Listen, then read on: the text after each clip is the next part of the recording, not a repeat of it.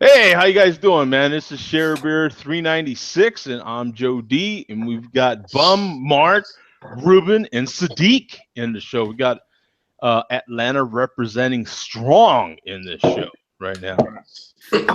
Actually, the whole East Coast, pretty much. I'm the only one from little old Joe out there in Phoenix. Damn, I feel a little lonely over here, man. 2 from Atlanta, 2 from Pennsylvania. Yeah, what's up? So, how you guys doing today, man? Doing well. Doing well. Right on. I am still on my vacation. Next week I will be on vacation still. So today and next Tuesday, as well as the Friday shows as well, I will be able to drink. I will be able to share a beer. Yay! Golf club. And Barrett was just here, and he's our sound guy, and he's not in control of the sound. What's up with that? Yeah. You know, I tested, as you guys saw in the pre-show, I tested the new microphone, and it sounds better, but it's a huge obstacle in my way for a guy that has to do this stuff a lot with his hands. They're just like, I have out of control hand syndrome. You remember that was a thing with people's legs? Like they had this whole leg thing, like their legs were out of control. Yep. That's kind of my hands. You know what I'm saying? That's that Italian part of me that's just like, hey, whoa, what the, and so yeah, that's what happened. But so Bum, what are you drinking today, man? I am drinking something new to me from Fatheads. Once again, Fatheads. Oh yeah, you're the one in Ohio, the original restaurants in Pittsburgh, and this is Fatheads Trailhead Pale Ale. And I think Ruben has had this. I was just checking Untapped a little bit ago. Ruben, you've had this, right? And I'm having this in my proper glassware in my vintage Fatheads glass that I got from Fatheads restaurant many, many years ago. Oh, I like that. Cool. I like that font and everything. That's pretty cool. Yeah. It says, good for what ails you. Ah, okay. I see what they did there. Yeah, fitting glass for you today. Mm-hmm. Yeah, I'm a mess. I was waiting for you to ask me how I'm doing, Joe, so I could tell you I'm a damn mess tonight. Well, how are you doing, man? I'm a damn mess, Joe. Not my usual answer. I got a bad cold and I got a hand injury that I got at work. Oh, he got he got it at work. No. You guys all know I'm a lefty. So hey, but we also know you cheat every once in a while. Stranger in town. Yeah, he got caught cheating, man. I was not switching up. Come on, I wasn't switching up. That's it. Your left hand uses for the mouse. That was on the mouse, exactly. Yeah. Sadiq knows how all that works. I know.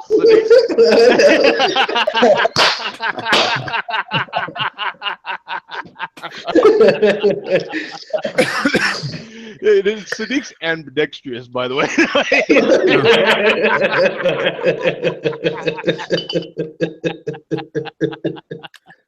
He goes both ways. Yeah, it don't bother telling us how you drink beer at the same time.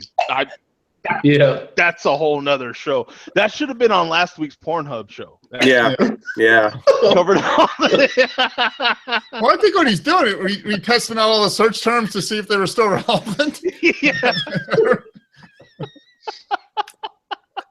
Anyway, man, so how's that fathead going?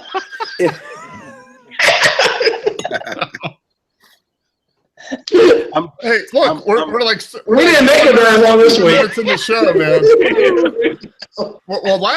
well, 2 weeks ago we waited till like the very end. Now we're like right at the beginning, so it averages out. Well, we've got what is it, Alan in here, and he says, "Is this show's about beer, right?" Don't rush us. Don't rush us. Yeah, that's what I'm wondering the same thing too, man. Yeah, we start out sometimes with really good intentions, man. You know what I'm saying? But this is what happens with a bunch of dudes and some beer. You know what I'm saying? But in any case, tell us about your beer there, Bum. Well, as it slides down my throat.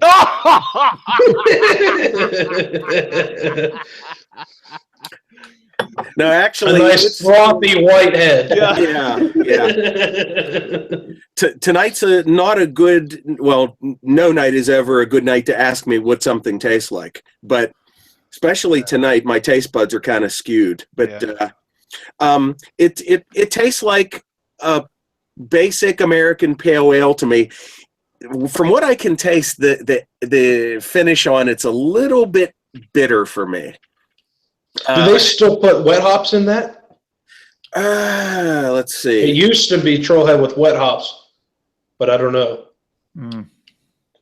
Because I love that. But I've only ever seen that in 16-ounce cans, the one with wet hops, so I don't know. Oh, okay. There's actually not a whole lot on the label itself about the beer. Okay. Talks about how the awards that it's gotten and the organization that the profits go to, but nothing actually about the beer itself. Let me see. We've got. I think I know it's on Untappd. The info about it. Yeah, it's. Well, oh, this is the 2015. No wonder. This is the 2015 version that I've got on here. It's only got 100. Oh, wait, scroll down. There's a nice picture on that page. Scroll down, like fourth one down on the left. There is. Look at this. That's what I'm talking about. Yeah. Hey, man. How you doing? Huh? How you doing? Yeah. Yeah. Oh, that's Andy though. Andy's posting that. But Andy had a lot of fun in 2015. Yeah. Yeah, it's a good year. Good year. That was a good year. Yeah, that was a damn good year. Yeah. Hey, congrats to Andy right there, man. Yeah, that's all right there. Yeah, let me see if I can find the current version. Right at the very top, I think. Yeah, well, I mean, yeah, but that's Beer Advocate. I was looking. Oh, okay, I couldn't see. But in any case, I do have Beer Advocate right here in this from Ohio, of course, like you just said. 65 reviews, gets a 91 on Beer Advocate. Well, that says whole flower. Maybe it's not wet hop. It's whole flower hops. That's what it is. What let me see. I remember liking their website. We talked about very attractive site. Here's the Trailhead Pale Ale. You've got a 6.3 ABV and 55 IBUs. Off the grid and give back some good vibes. Brewed with whole flower, Simcoe, and Citra. Ooh, this is a Barrick beer. Man, there's so many things that have to do with Barrick already. What's up with that? So it's a seasonal product. Yeah, once again, man, you got California yeast, Simcoe, and Citra hops. So this is definitely a beer that Barrick should like. Looks like it won 2013 GABF silver medal. So yeah, that's mentioned on the label. So I didn't, I couldn't find the. Well, just from the front page of the Google there, I couldn't find the Untappd, but I mean, that's enough to know that this is a damn good beer, right? I mean, It's from Fatheads. Fatheads is incredible. Yeah. Yeah, they are good beers. And they make good posters for your wall, too. Yes, they do, don't they? That's their sports division. Yeah, they're well diversified. Yeah, they're very well diversified. I don't think we get it here. We don't get it here, Mark, do we? No, I don't no, think we so. don't. I had a bunch of it when I was out in Portland in 2015. I went to they had a brew pub there in downtown Portland. Yep. I had like 15 beers over like a 3-hour period. That was a good tasting. Hey, we've got Zach and Minnesota Steel. Who's that? That's oh my God! How did I forget his name already? He changed his name. Remember that he had that real long. It was like numbers and stuff. Mm-hmm. He changed his name to make it easier. That's for sure. But how you guys doing, man? Appreciate it. And what is that, Alan? Where are you coming to us from, man? What part of the country or globe are you on there? But that'd be kind of cool to know. Mark's on a cleanse right now or a special diet. Can't really have beer, but he's having some kind of imported beverage, though. Yeah, sort of. Yeah, imported from Cincinnati Water Supply. I don't know. Yeah, see, there you go. It's a sparkling raspberry lime Deer Park water. Yes, that's pretty close to a pinky out water right there. It is. Yeah, it's very much. Yes. Raspberry lime. Yeah. Yeah. So it definitely is. That's it, it's funny how when you're not drinking beer, you'll go fruity, right? In a heartbeat. I mean, you'll go fruit. You know what I'm saying? You go fruit in pretty much everything else, but except for the beer, you're like, yeah. It's true. Yeah. You know. It's a good point. Right? Because, I mean, when I drink spirits, I cannot drink vodka without some kind of fruit in my vodka, right? I mean, if I'm drinking vodka, I'm guaranteed to be having orange, raspberry, some kind of fruit in my damn vodka, right? You know? Yeah. Hey, Mark, at least that wall wasn't imported from Flint. Yeah, that's true. Yeah. Yeah. Oh, Andrew, that's right. Andrew. That would make it a heavy spring water. Oh, sorry. Yeah. And Oh, Alan's from Houston. Oh, cool. Oh, cool. Carbosh is our beer, or was until InBev bought him. But yeah, he's from Houston, man. Hey, they suffered a bad loss, right? Like they're still talking about their quarterback, for Christ's sake. I mean, they haven't let off that guy for how long already? You know what I'm saying? It was well, this whole season, and then they had the loss, and now they're talking about the quarterback and the coach. Right? Are they both going to be there? Are they leaving? What's happening? I tell you what, man, that defense finally looked like they were in sync in that game. I enjoyed the hell out of the games this weekend. I'm sorry to go on a little football thing, but come on, we're in the middle of the playoffs. I mean, I loved both those games. They were, all four of them. They were phenomenal. Great games, man. So entertaining. Now, I thought Houston really played well. And the Patriots, they just do what they do, right?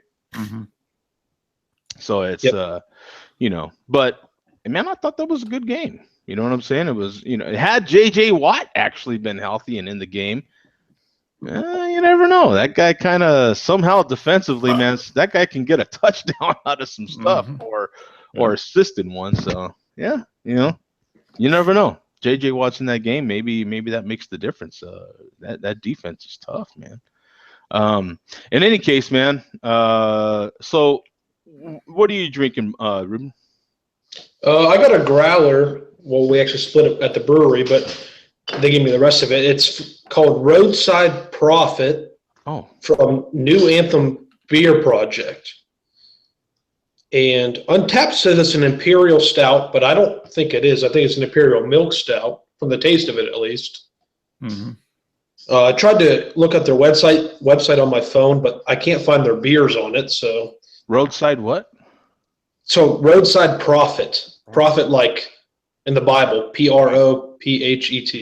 Right. Like herb prophet. Right, yeah. What's the ABV on it? Untapped says it's 8.9%. You know what? That's a movie. Wow, that's weird, dude. Roadside Prophet? Yeah, Roadside Prophets, 1992. Oh. I know. Are there other beers named for movies, maybe? I don't know. That's kind of interesting. Yeah, that's a movie. It's got John Cusack in it. Really? Okay. Yeah. There's not many checked in on it. Total on Untapped is only 148. So David Cardine. Yeah. It looks like John Cusack would be the big name in that movie. Wow, that's weird, dude. What style is it? The brewery, it's New Anthem Beer Project is the name of it, in Wilmington, North Carolina. Well, what style is the? It says on Untapped it's an imperial stout. Okay. But I think it's actually an imperial milk stout. But I can't find it anywhere. That's just what it tastes like to me. Oh, so I taste some like vanilla and cinnamon and chocolate. But it's kind of hard to taste lactose, isn't it? I mean, what does that taste like? It's it's sweeter. I don't know. That's true. Yeah, because you get the milk sugars. Yeah, you're absolutely right. Yeah, it's almost like there's like a little bit of like half and half or something in the beer. I mean, you get like a sweet, like a sweet cream kind of flavor, but not. Yeah. I mean, there's some roastiness on this, but it's definitely more sweet than like a roasty American Imperial Stout, you know. Yeah. So I tried to look stuff up about it, but I couldn't really find anything. I don't know if I've got New Anthem Beer Project. Let me see. Yeah. I'm digging here, man. I'm digging. I don't know if their mobile site's different than their actual website or not. I'm not sure. I'll let you guys go on this journey with me because I'm digging here. It's let me see. I think I just copy and pasted. Yeah, New Anthem Beer Project, and that was the yep, Wilmington, North Carolina. Yep. So, and then they've got a Facebook page. I just went on the Untapped. The Untapped is right here for the whole brewery. I kind of like. Who was the brewery we talked about on? I think it was just the last show, not necessarily the last Tuesday show. I think it was either the Friday or Saturday show. But there was another brewery that came up with a different name like this. I kind of like that. There's got to be new stuff, right? There's got to be new, like names, you know what I'm saying? Not just, XYZ brewery, you know what I'm saying? Mark might know from those of us that are, you shoot for the Roadside Project. Here it is. Roadside Profit. I keep wanting to call it Project. Yeah, 8.9%, 63 IBUs. Oh, there's just a little bit more. And it's a Coca Double Stout, conditioned with chilies, vanilla beans, and chilies. Cinnamon. That's neat. Is there any burn or smokiness at the back there? Chilies is tough, man, because they could be using chili for just the flavor. They could be using chili for the heat. They could be using chili. Yeah. Like there's so many. Like a Coca. And we had that. Is it Chocovesa? That's all I'm thinking of. That's Stone, yeah. That one? Mm-hmm. Now that you said chilies, I can definitely taste from the back of my tongue. But I was just chalking that up to cinnamon because I thought it was a cinnamon taste. Usually, yeah. For me, like chilies and that type of stuff, you don't necessarily get it up front. You're going to get it at the back. Yeah. The heat from the chili. Yeah. Yeah. I like it better now. Because now I can figure it out. Yeah, that does help sometimes, right? Because sometimes you're getting a taste, you don't necessarily know what it is until you get the ingredients. You know what I'm saying? And the thing is, it's interesting. Cinnamon sometimes can be spicy too. So I mean, that can kind of trick you. If there's chocolate and cinnamon, I mean, it'd be easy to mix up. You can tell there's cinnamon on the aroma. Mm-hmm. But that's not quite the flavor profile. So the chilies make sense in the back of the tongue. So this has got to be. Is this a complicated beer? Is it kind of complicated? Is there a lot to it? It's a double. I would say so. Okay, because I'm wondering because you've got so it sounds like Baker's kind of a chocolate going, and then the chilies, which is a whole different. I think we talked about in one of the last shows we did about coffee. Like anymore, we've got to break down the coffee taste that you're getting because there's hundreds of different kinds of coffees, and there's even more different kinds of ways to prepare that coffee and to roast that coffee, if at all you even. It's such a. And so you're seeing breweries when they put coffee in the beer, they're actually going to great lengths to describe what part of the process they put the coffee in, and then on top of that, how the coffee was even prepared, where it came from. Yeah, the roasteries and everything. Yeah, it's just so relevant. And the same thing with the chocolate. The chocolate is huge. That's a whole nother ball game. I mean, that could go a million different ways. Mm-hmm. And then chilies is a whole. I came from a chili state, for Christ's sake. So it's like, I mean, you could be doing tons and tons of things with chili. Just, New Mexico had the chili festival every year, and it was I think a couple of years they didn't have it. I think it was in Vegas for a couple of years, but I mean, you got chili jellies, chili every freaking thing. You know what I'm saying? So it's like. I mean, there's so many different things to do with beer, and that's what to me makes beer so special. That's what makes beer. Yep. You can only don't get me wrong. You can do a lot of things with wine too. They grow grapes, different earth, and all this stuff. But you can do all of that and then some with beer. You know what I'm saying? Like, there's just what seems like endless things you can do with beer, so it's just so much fun. So that one's kind of sounds like a complicated beer.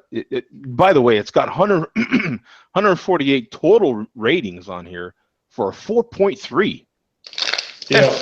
That's damn good. That's a solid, yeah. That's anything over 4 on tap is pretty good. Yeah, there's not many beers rated that high. There's not many ratings on it, but still, to have that consistent review. There's another one, Ruben, that they're listing on here, similar beers. Batch number 2 oatmeal stout from New Anthem. Have you happened to have that? No. What happened was I work at Four Seasons for fun, the brewery in Latrobe. The owner and head brewmaster, Mark, his parents went down to North Carolina. So I guess he does is he always gives them 6 small growlers, and any brewery they go to, they'll see if they want to trade a small growler. So that's what they did. So he trades this growler his beer, and we get one back. Oh, and this is the ones that we got back, which I thought was kind of a cool concept. Yeah, absolutely. That so they get to try a brewery they might never try, and so do we.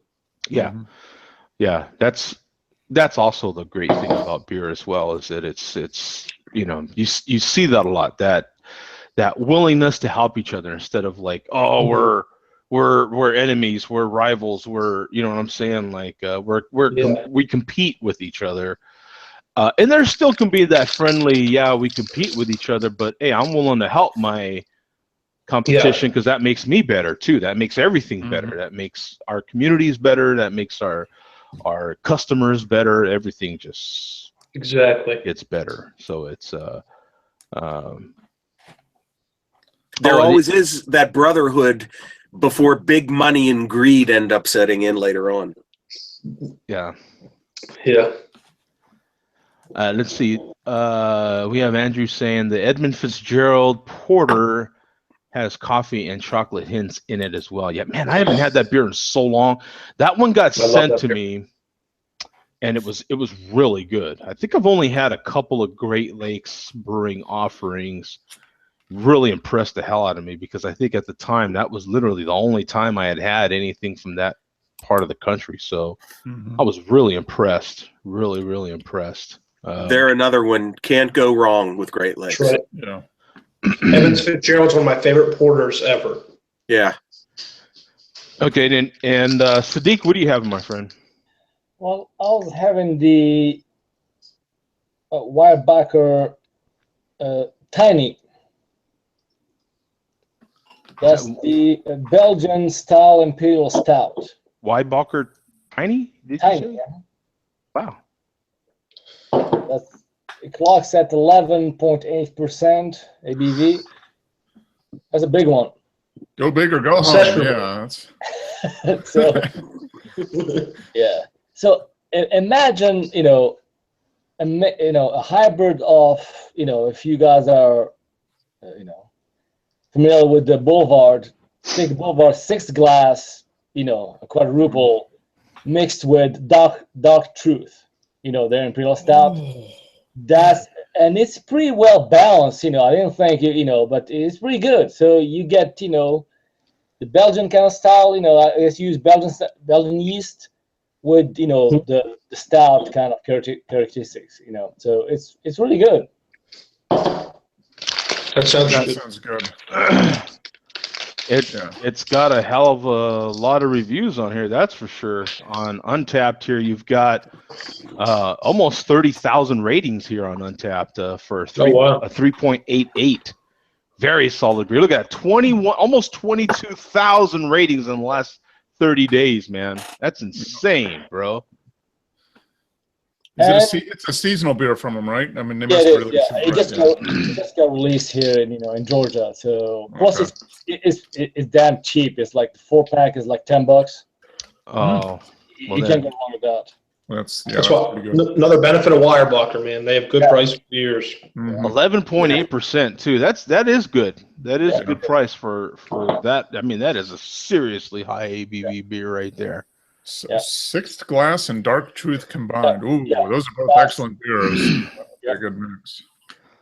So you, it says, you'll find big chocolate and roasted notes balanced with Belgian flavors from the Abbey Yeast strain. You can really taste that. Okay. From any quad, like the good quads.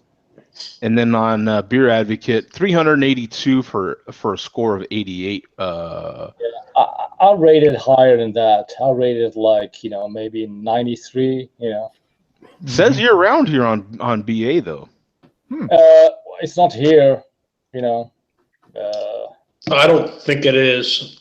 No. Pennsylvania. I mean, that's where Weiblocker's at, and I haven't even seen it. Yeah.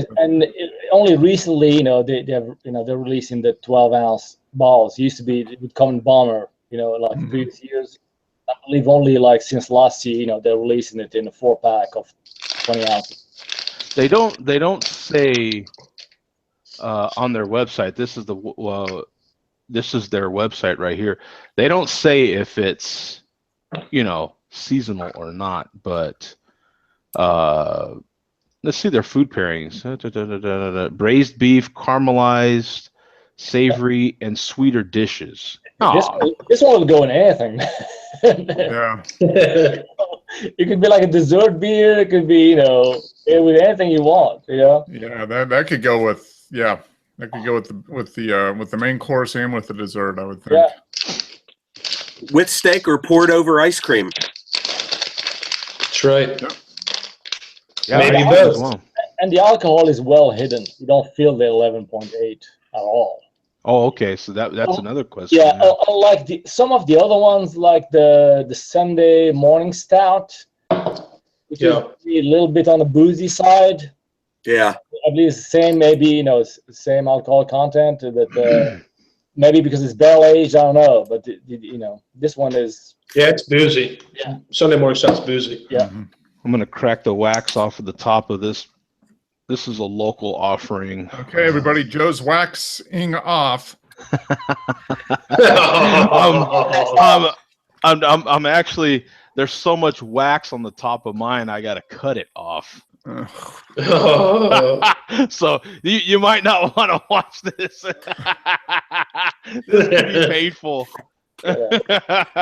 Joe, you've joked about having Jewish tendencies. You look like you're performing an operation the Jewish doctors perform on babies. Yeah, that's right. And I've watched that Seinfeld episode a bunch too. With the Moya or whatever. Moya or what do they call that guy? Right, that does the circumcisions. Don't know. Yeah, he's a special rabbi. He's got a special title. Yeah, the butcher. Hopefully not. That episode is funny as hell, man. I freaking love Seinfeld. That show, I enjoy that show tremendously. Anybody that watches me knows that I love Seinfeld. I've actually thought about having Seinfeld discussions and so forth. But yeah, that would be kind of ridiculous, wouldn't it? I don't know. For those of us that love it, you know what I'm saying? I mean, they got everything else up there.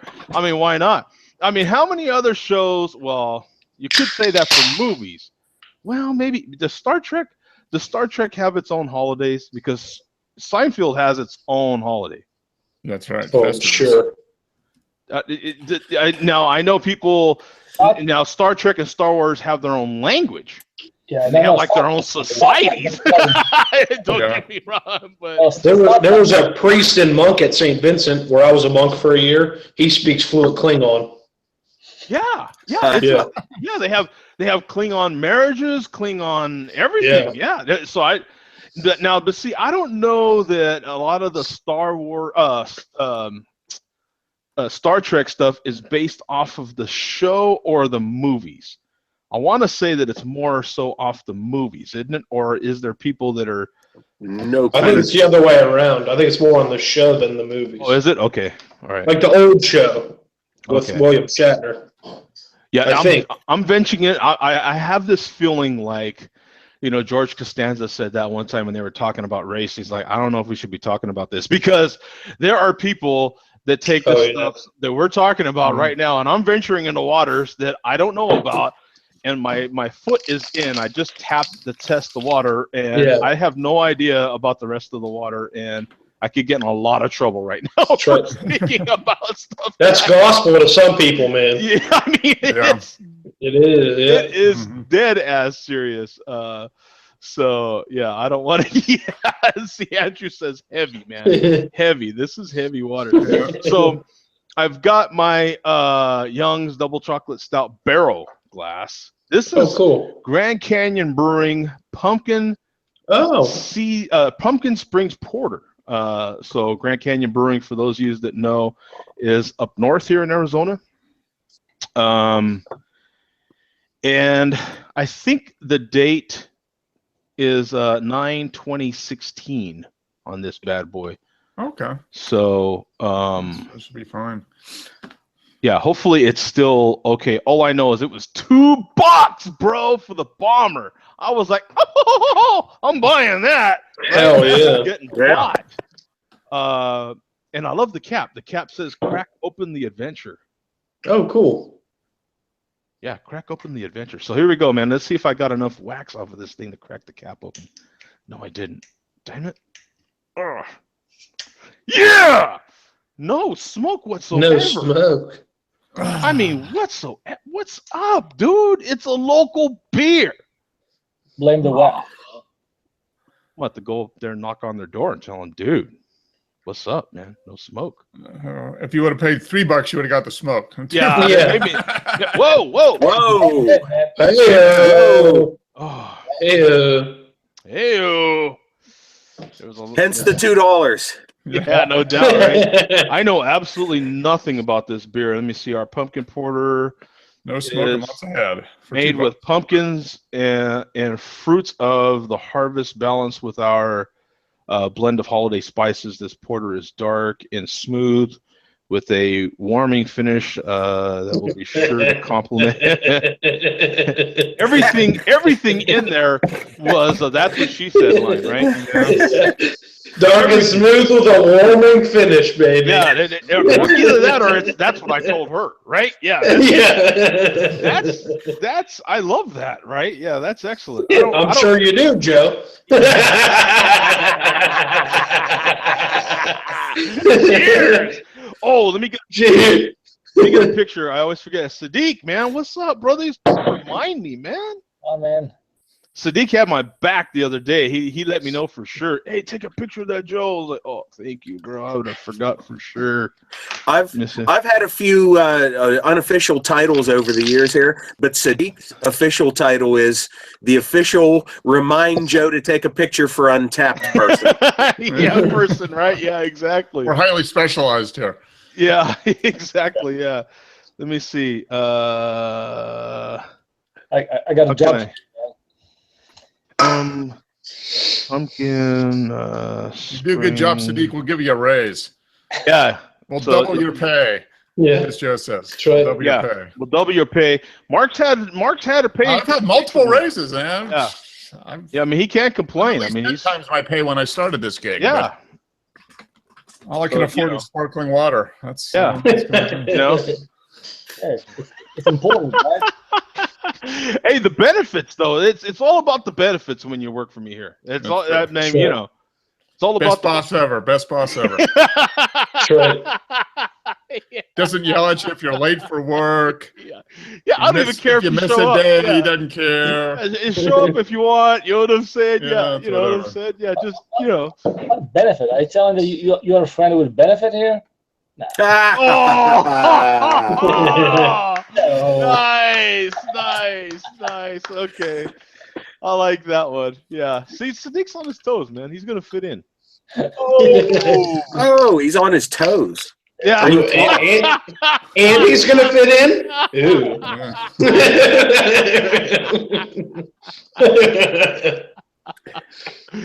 Yeah, man. Let me see. So, you know what? This has no reviews on Beer Advocate. Let me see.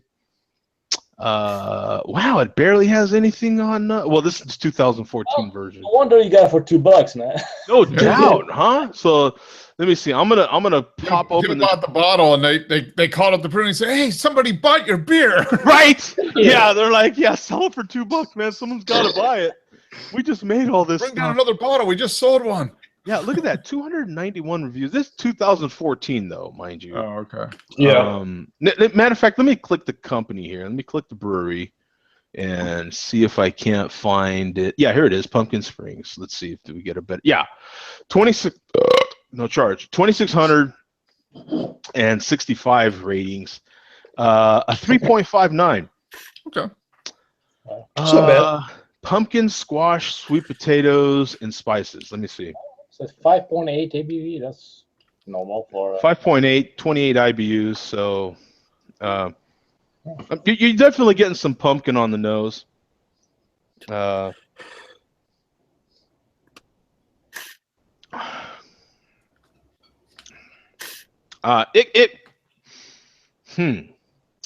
think it's kind of on the borderline of going south here.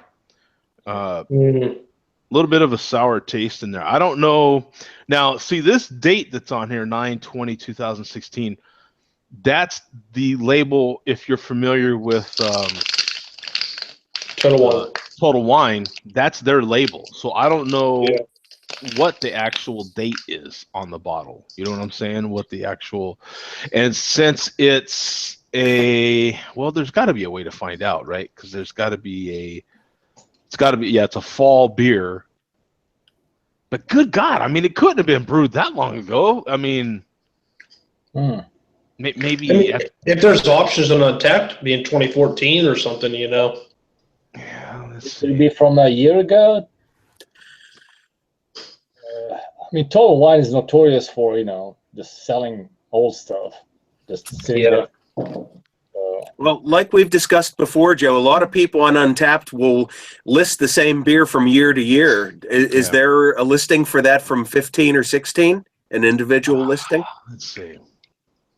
Well, the one he showed, last didn't have a date on it. Right. Yeah, this one was just the current offering. There is one for every year. Okay. 13, 14, 15, as you can see here, 16. It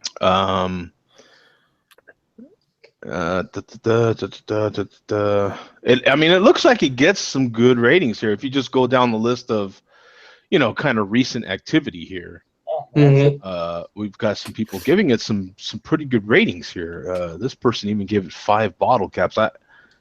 I don't find it to be a 5 bottle cap beer. Yeah. If I had to rate, it's not quite total. It's decent. You know what I'm saying? It's not great. It's not as good as their what's that coffee beer that I had from them recently? It was let me see if it's on their list of beers here. It's got to be, because man, that one's fantastic. Coffee bean stout. Yeah, right this coffee bean stout. Oh my God, this beer is incredible, man.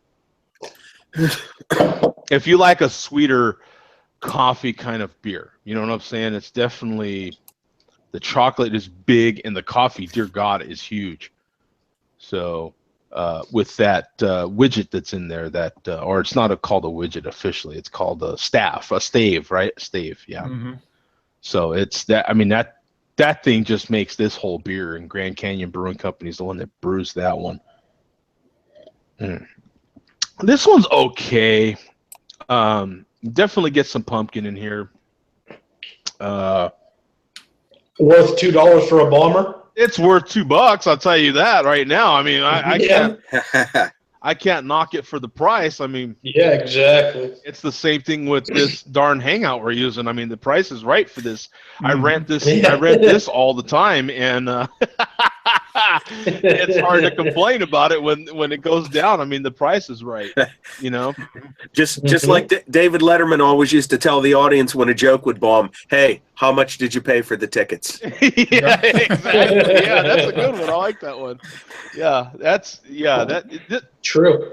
It is. It's borderline though, right? Because it is souring a little bit. So I really am curious about when they bottled this beer. Or I mean, was it in that clearance section of Total Wine? No, it actually was next to the registers. They had it on my way up to the registers. On that particular day, I happened to go on a Saturday morning, I think. And they do different stuff on Saturdays, on weekends, if you ever notice. At least at the ones over here. They'll have like the whole darn thing arranged. And this particular day, they had the growlers where you could fill them up front. They had some breweries up there filling growlers and a bunch of different things. And so they had a bunch of beer in the little kiosk or whatever you call them up near the registers. Yeah. And this beer was in one of them. They had like a couple of kiosks that were full of reduced priced beers. Yeah. And this particular one was one of the ones that I hadn't had. And I already had the world's most expensive 12-pack in my little hand cart there. So Yeah. I was like, okay, I can go for another $2. I can do that, you know. Which is what was the expensive 12-pack? Oh, I posted a picture of that one. It's actually in my Google Plus. Oh, okay. So you can go back through that. Yeah, I you know, my memory sucks. So like to actually. Oh, that was your mix pack, right? Right. Yeah. It wasn't just a 12-pack of the same beer. It was a mixed pack. Yeah. Speaking of cheap beer, I went to the beer distributor this past week, and I got a case of this Narragansett Have a Hefeweizen. I was there, and I went to the discount corner, which they always have one, usually out-of-date beers. Hey, real quick, Ruben, didn't someone else have that beer on here? Maybe. I think someone did. I've had a Narragansett on here, but not that one. Actually, I have another Narragansett out in my fridge. But I've had a bunch. But so I go to the beer distributor, and it says $9.99 for a case of Pounder Have a Hefeweizens from Narragansett. So 24 16-ounce cans for $9.99. Hello. Wow. That's a deal. The owner's there. He said they accidentally shipped us a pallet of this, and if you buy a case of it, I'll give you one for free. Oh my God. So I got 48 pounders of Narragansett Have a Hefeweizen for $10. Oh my God. Dude, F me in the butt. Why didn't you just buy like 4? You know? Well, I didn't know if it tastes like hell. It's not very good, but it's not bad. It's worth $10. Dude, that's basically $5 a case, isn't it? Yeah, and it's got to be better than any macro beer. So. Oh yeah, it tastes like a good cream ale. Is actually what it tastes like. Doesn't taste like a Hefeweizen. You gotta be kidding me. I've given a whole case away already, just to people. Like, hey, I got this for nothing. You could have it. You know. Well, that's what I'm saying. Like, you could actually, you know, for once you're like, you know what? I think I'll host a party. I got all this beer. Why not? That's incredible. You know what, Ruben? I saw that same beer. There's a place in Lawrenceville that sells single cans and bottles that I just discovered a few weeks ago. I will not name them.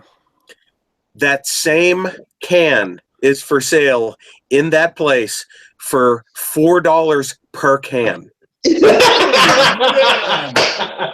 got a case for $4. Wow. Yeah, you would have paid $184 if you would have bought 48 at the place. Yeah. Oh, wow. That's crazy.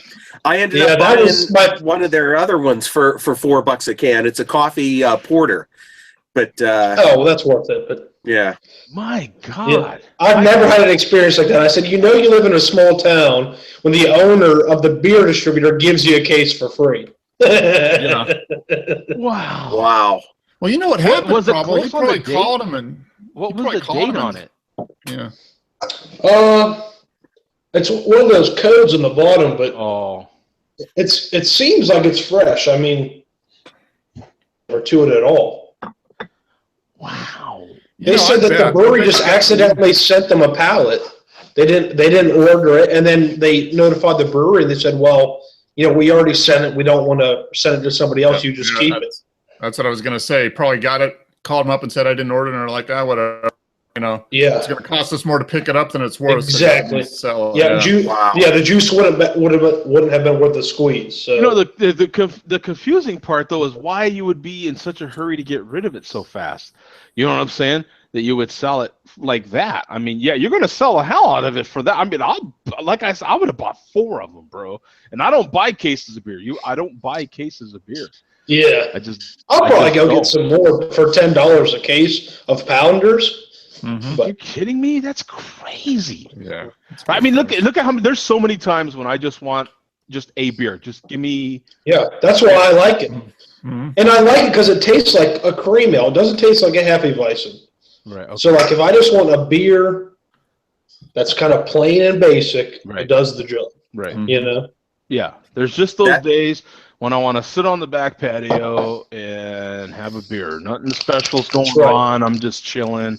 I don't want a big complicated something or other, and I don't necessarily want to open one of my beers that I spent $2.5 million for a bomber for. You know what I'm saying? Yeah. And exactly. I don't feel like getting into So sometimes there's those the less I won't call them cheap. I'll call them less expensive beers. Are nice to have around, or the big, something from one of the big boys is kind of nice to have around, just because you're like, I can just crack this, drink it without even thinking. I don't want to think about it, Right. Yeah. So that's absolutely, dude. Sick. Right. I actually called my parents, and I sounded like a 5-year-old on Christmas, man. I was like, "You'll never guess what happened," It is. That's best lunch break I've ever taken at work. You're like driving around and throwing cans out of the window. Yeah, because the thing of it is I think we've all had, you can get, like if you're moving, you're like, dude, I got all the beer. I swear to God, I got all the beer. You know what I'm saying? Yep. Just come over and help me move. You know what I'm saying? Or whatever the case may be. You know what I'm saying? You're like, hey, party's at my house this weekend, bro. We're gonna watch the playoffs at my house. You know what I'm saying? I got all kinds Which of is funny because I moved next month, so I bought a whole bunch of this. Boom! I'll give you a case of freaking beer. You're like, dude, where you live? You know what I'm saying? Yeah. That's right. I mean, come on, dude. And it's a high-end beer. It's Narragansett, for God's sake.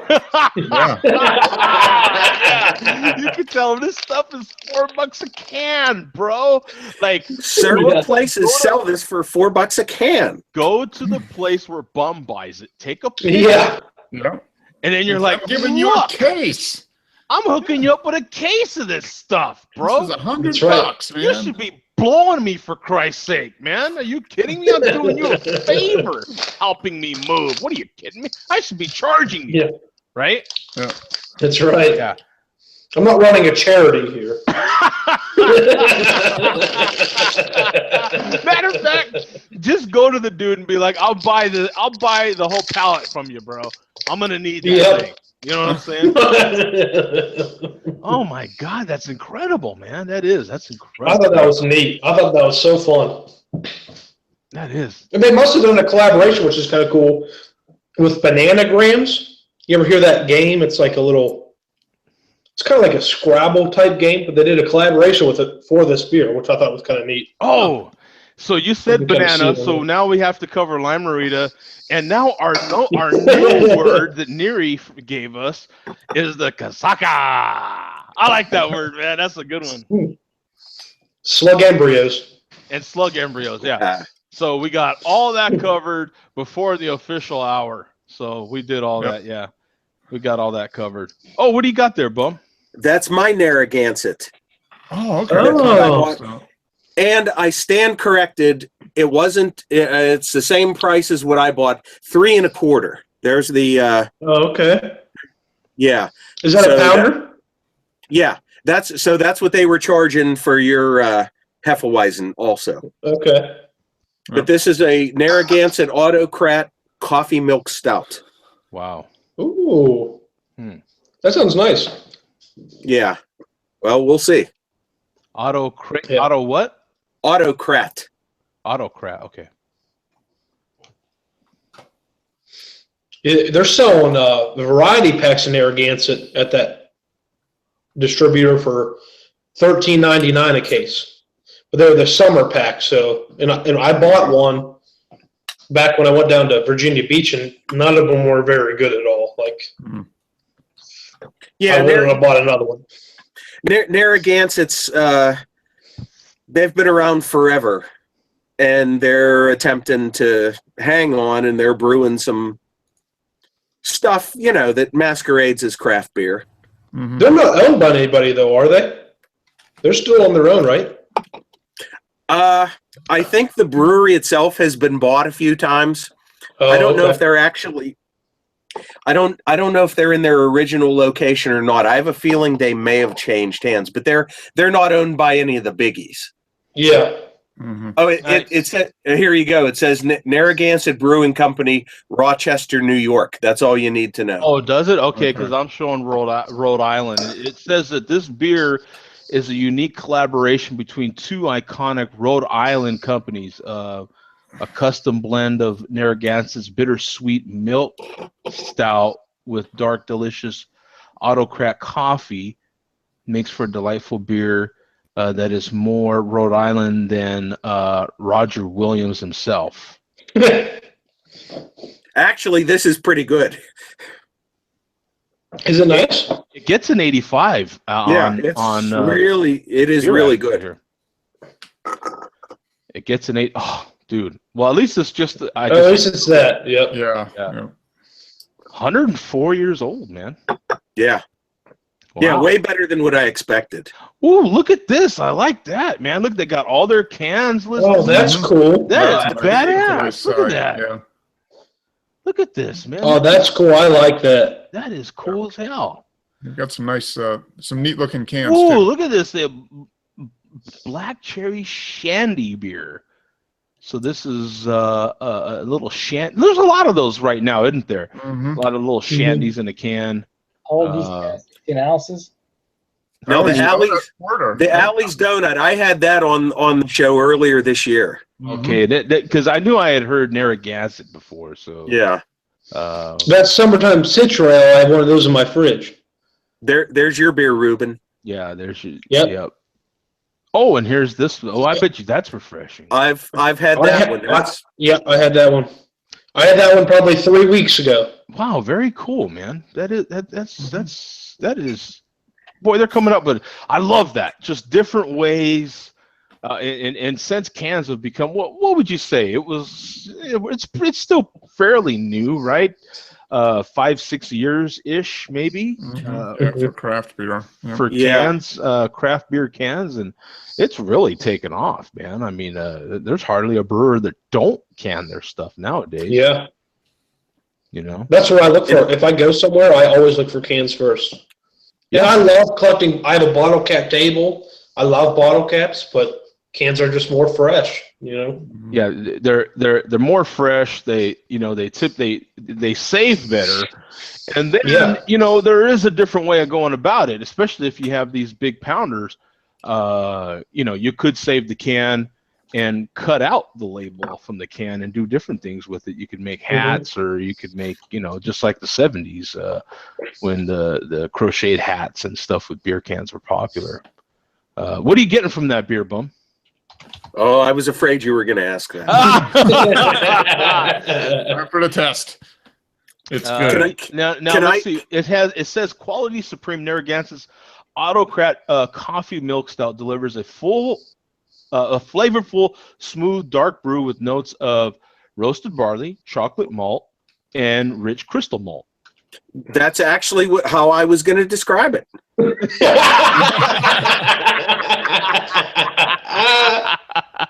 Took the words right out of his mouth. Right out of his mouth. Yeah, Damn wow.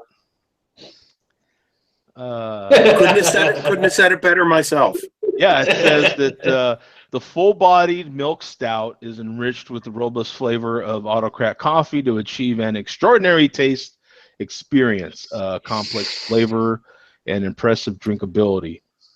A swallow will tell you. Swear to God, if you don't use that line, the next time such a situation would occur, a swallow will tell you.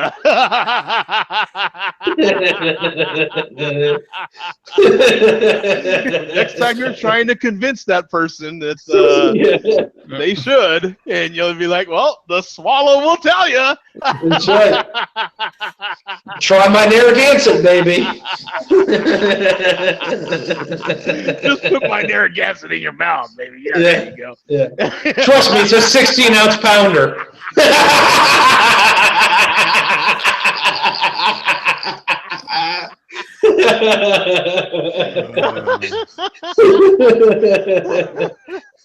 Nice.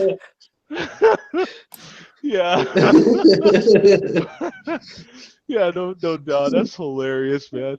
And you know what? At least we have a good time. You know what I'm saying?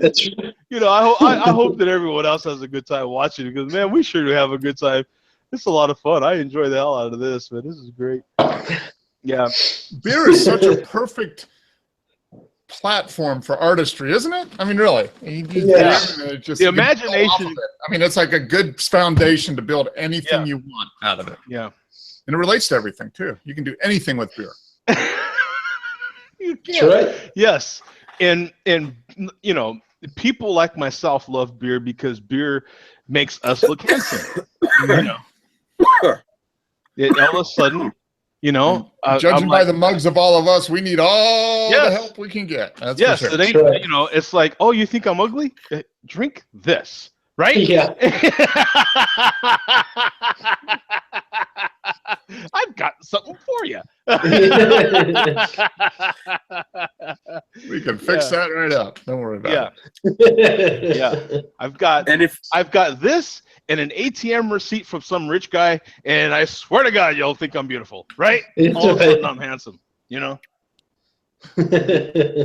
Yeah, the rich guy in front of me left his ATM receipt, and yeah, so that's, you know, between the both of them. And I'll drink one or two of these, and then I'll be funny too. Yeah, that's right. Yeah, there was that Seinfeld episode too. You remember where Costanza didn't want Seinfeld there on his double date thing because he think he was, you know. Anyway, you can take away all, because he's, he was trying to seem funny in front of that lawyer. You remember that lawyer chick he was picking up on? Any case, I get to. Here is one of the beers. No charge, and I have to consume this one first, but because I only have one glass nearby. This is one of my storage beers from Deschutes Chainbreaker White IPA, an ale brew with spices. There should be some, and there's some floaties in this beer. Not that you can necessarily see on camera, but it was best by 6/22/12. Wow! And this was temperature. This was in your temperature controlled storage vault. This right? was in my temperature controlled environment. Okay. Basically. Now it's best by 6/22/12. I got it on 3/5/11. That's the date that I wrote on the bottom there. So are those floaties supposed to be there? Yes, actually, that is part of the characteristic. All conditions? Yeah. But I don't know that they're. I've never had an IPA that old. I'll be interested to see. Yeah, and this is we're only like 4.5 years past date. I think it'll be fine. Yeah, and it's 5.6%. Oh yeah. What can go wrong? Yeah, nothing could go wrong with that. You know, I mean, I think the hops actually become fresh again after 4 years. That's the thing. Yeah, well, up until like 4 years, they go bad. But if you wait an extra year, then they get better again. That's exactly right. You know? It's like that's right. And it's a product life cycle, baby. The yeast just goes in full circle around too, right? So it's That's exactly it. So what could go wrong here, right? I mean, come on, what could be the problem? I mean, I don't see what the problem is. Let me see if there's any information about this beer on the bottle. Not really. It should say just old. It says, it's a little note that says, if you're thinking of drinking this 5 years past its due date, don't. It says, you son of a bitch, why did you keep me so long? It's like put me out of my misery. Yeah. That's it. It says, Deschutes white knuckles again from the well-worn path. Chainbreaker fuses smooth wheat and spice low notes with hop highs, proof at last that crisp and refreshing still can be a thrilling ride. It's one all right. So this is supposed to be crisp and refreshing. Keep that in mind as well. Pouring tip. Pour 2/3 in a tilted glass, swirl what's left around the bottle, and resume pouring all its hazy glory. Wow. Okay. So yeah, that's what I'm saying. This beer is supposed to have the floaties. I don't know if they're supposed to be as dark as they are now, but it does have, it's one of those bottle conditioned beers. So it's, it is supposed to have those in there. And as you can tell from the description of how to pour it, typically if a beer does have the floaties in there, that's exactly the way you pour it. It's a thirds thing. So you pour 2/3 out, just like they said, swirl that last third around, and then pour it in there, or not. You could actually pour 2/3 out, sample it, and then swirl that last third around, pour that in there, and then sample that. If you're not familiar with, what all that goodness in the bottom of the bottle tastes like, then that'll give you that difference as well, and then that way you can figure out if that's something that you like or not. And then once you figure out if you don't like it, then leave all that goodness in the back of the bottle if you don't like it. The yeast has never bothered me. What about you guys? Some people it bothers. I think, am I correct? I think Greg's one of them that doesn't like it. Mm-hmm. My brother can't drink any Belgian yeast strain anymore. He used to be able to, but now it makes his throat swell up. He's allergic to it. Oh, okay. That's different. That's okay. But he always used to drink it. Golden Monkey from Victory is one of his favorite beers ever. And Weihenstephaner's Hefeweizen, he always used to love it, but now he can't drink it. Okay, so he's allergic to the yeast, not to the. That's what he thinks, or maybe it's like a Belgian candy sugar. He doesn't know. Andrew says, "I get a few beers in me, and I become one heck of a sarcastic comedian." Now, we are over, guys, so if anybody needs to jump out, go ahead and jump out, man. That is not a problem. I'm going to go a little long on this one, and that'll be okay for this show. I'm going to sample this one on camera, so here we go, man. Oh, dude, smoke! Yes! Nice. Woo! Smoking floaties. 8 seconds, baby. Oh, dude, I'm pouring smoke still. This is sick. Now, this beer has been out for the full hour that we've been on air. So here we go. There's still a little bit left in there. So I've got, oh, dude, let me take a picture. Take a picture. Yes, thank you. Good job, Sadiq. Yeah. Just so you guys know, I poured a Narragansett Summertime Citra Ale while we were going with the Narragansett theme. So yeah, cool. So there you can kind of see it without, and there's still just the tiniest little thin paper. There's still some carbonation. Yeah, and look at that, man. Well, that's actually floaties in the beer. I'm not seeing carbonation, but that's actually floaties. But the majority of floaties are still in the bottle here. The majority of them. You got about a half finger of floaties there on the top of the glass. Yeah. It looks like little fish popping up from the bottom. You know what I'm saying? But little sea monkeys. yeah, the sea monkeys. Yeah, do you remember? Did you ever send for sea monkeys? I had No. sea monkeys. Yeah, I had sea monkeys as a kid. I never sent for sea monkeys. I never sent for them. Ruben saying, "What the hell are sea monkeys?" I had a friend of mine that had sea monkeys, actually. No, I don't know. I still don't know what the hell they are, but he had them.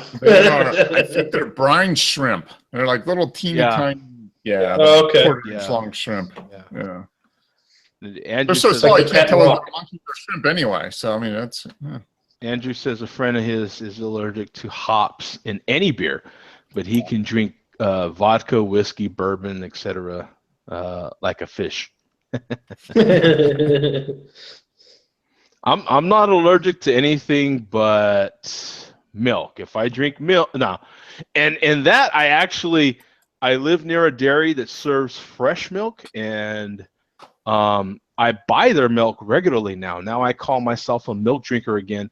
They process it the old school way from the 50s using machines that they processed in the 50s. They bottle their milk in glass, and I think that makes all the difference in the world. Next thing you know, I can drink milk without having to take a pill. So no need for me to buy almond milk or all this other expensive crap. I buy good, fresh milk that is bottled every day at 5 a.m. And it's such a difference. I buy my butter from them. I buy my heavy cream. Anything to do with fresh milk, I buy straight from the dairy. And they're literally like a mile and a half away. I mean, they're right there. Cool. It is so cool. One of the perks to living right here. Dude, it's not a hop smell. It's the same sort of smell that I've gotten from a lot of these beers that I've kept too long. And I don't know. I don't know how to describe that smell. It's kind of like stale. It's like a dusty smell or something.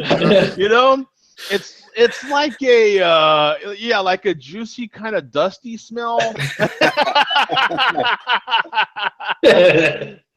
It's something like it's like a dry fruit smell, kind of. You know what I'm saying? Like they all kind of seem to get to this real similar place. You know what I'm saying? When you keep them this long, they do. Like if you've aged a beer for 5 years, they end up getting to the same place. Yeah, sawdust. Yeah, this real juicy kind of sawdust kind of smell. Earthy. Yeah, earthy kind of real floral sawdust. Is that the place what the place where all beer go to die? Exactly. Yeah. That's it. Yeah. Now, being this is the shoots, it's kind of a northwest piney kind of sawdust. You know, it kind of smells like that big redwood that fell over recently. This has been decaying for 5 years. Let me just sample it. Moist redwood.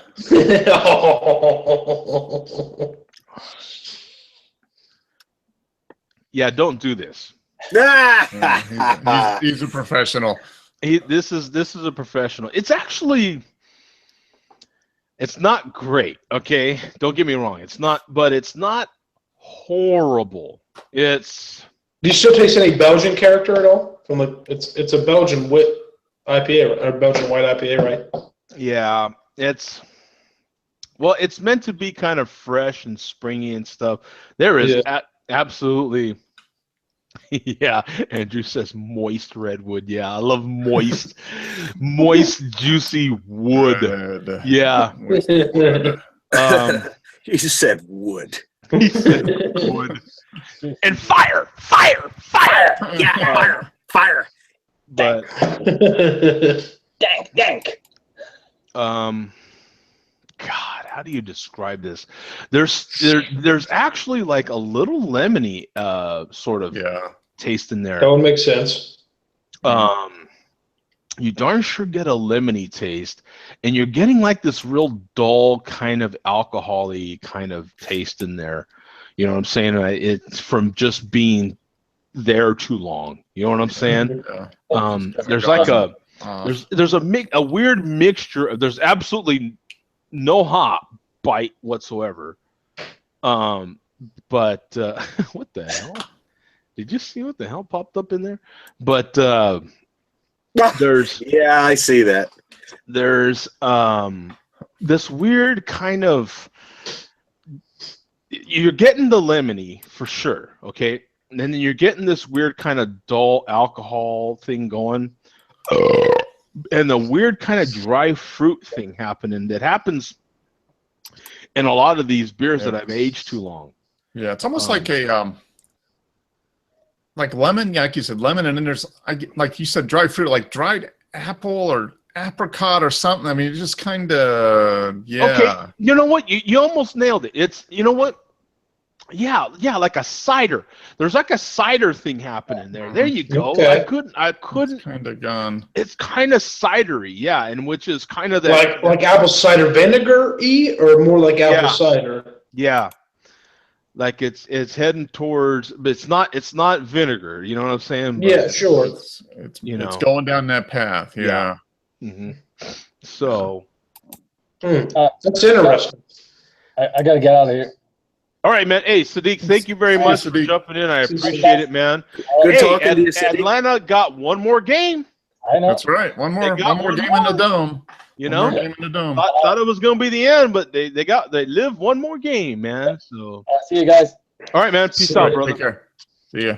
See you, Sadiq. It's very, very interesting, man. Now I'm gonna pour the rest of this in there.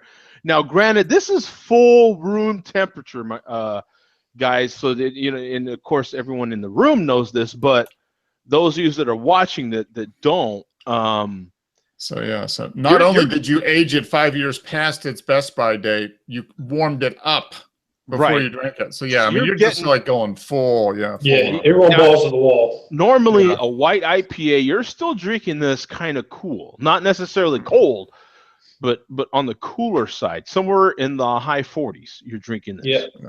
To give you an idea, high 40s Fahrenheit, that is. Now, the darker beers, you're drinking pretty much full room temperature or something higher, higher than 50. You know, you might just knock. It might be like, in other words, like cool to the cheek type thing. Like you put it to your face, and it's still cool to the cheek. And this one actually is kind of glass. Like if you put just a regular room temperature glass to your face, it's still going to be kind of cool to your face. Mm-hmm. And just put it on your face, baby. I'm just saying, just, you know what I'm saying? But okay. But you know, now that I poured everything in there, you can see the difference. Actually, you can see how much more cloudy that is. Mm-hmm. If you see anything floating in there, that's the yeast and stuff, man. That's all the goodness that's actually in that beer. So we're gonna get a different beer right now because I poured the rest of this in there. So I'm gonna nose it one more time.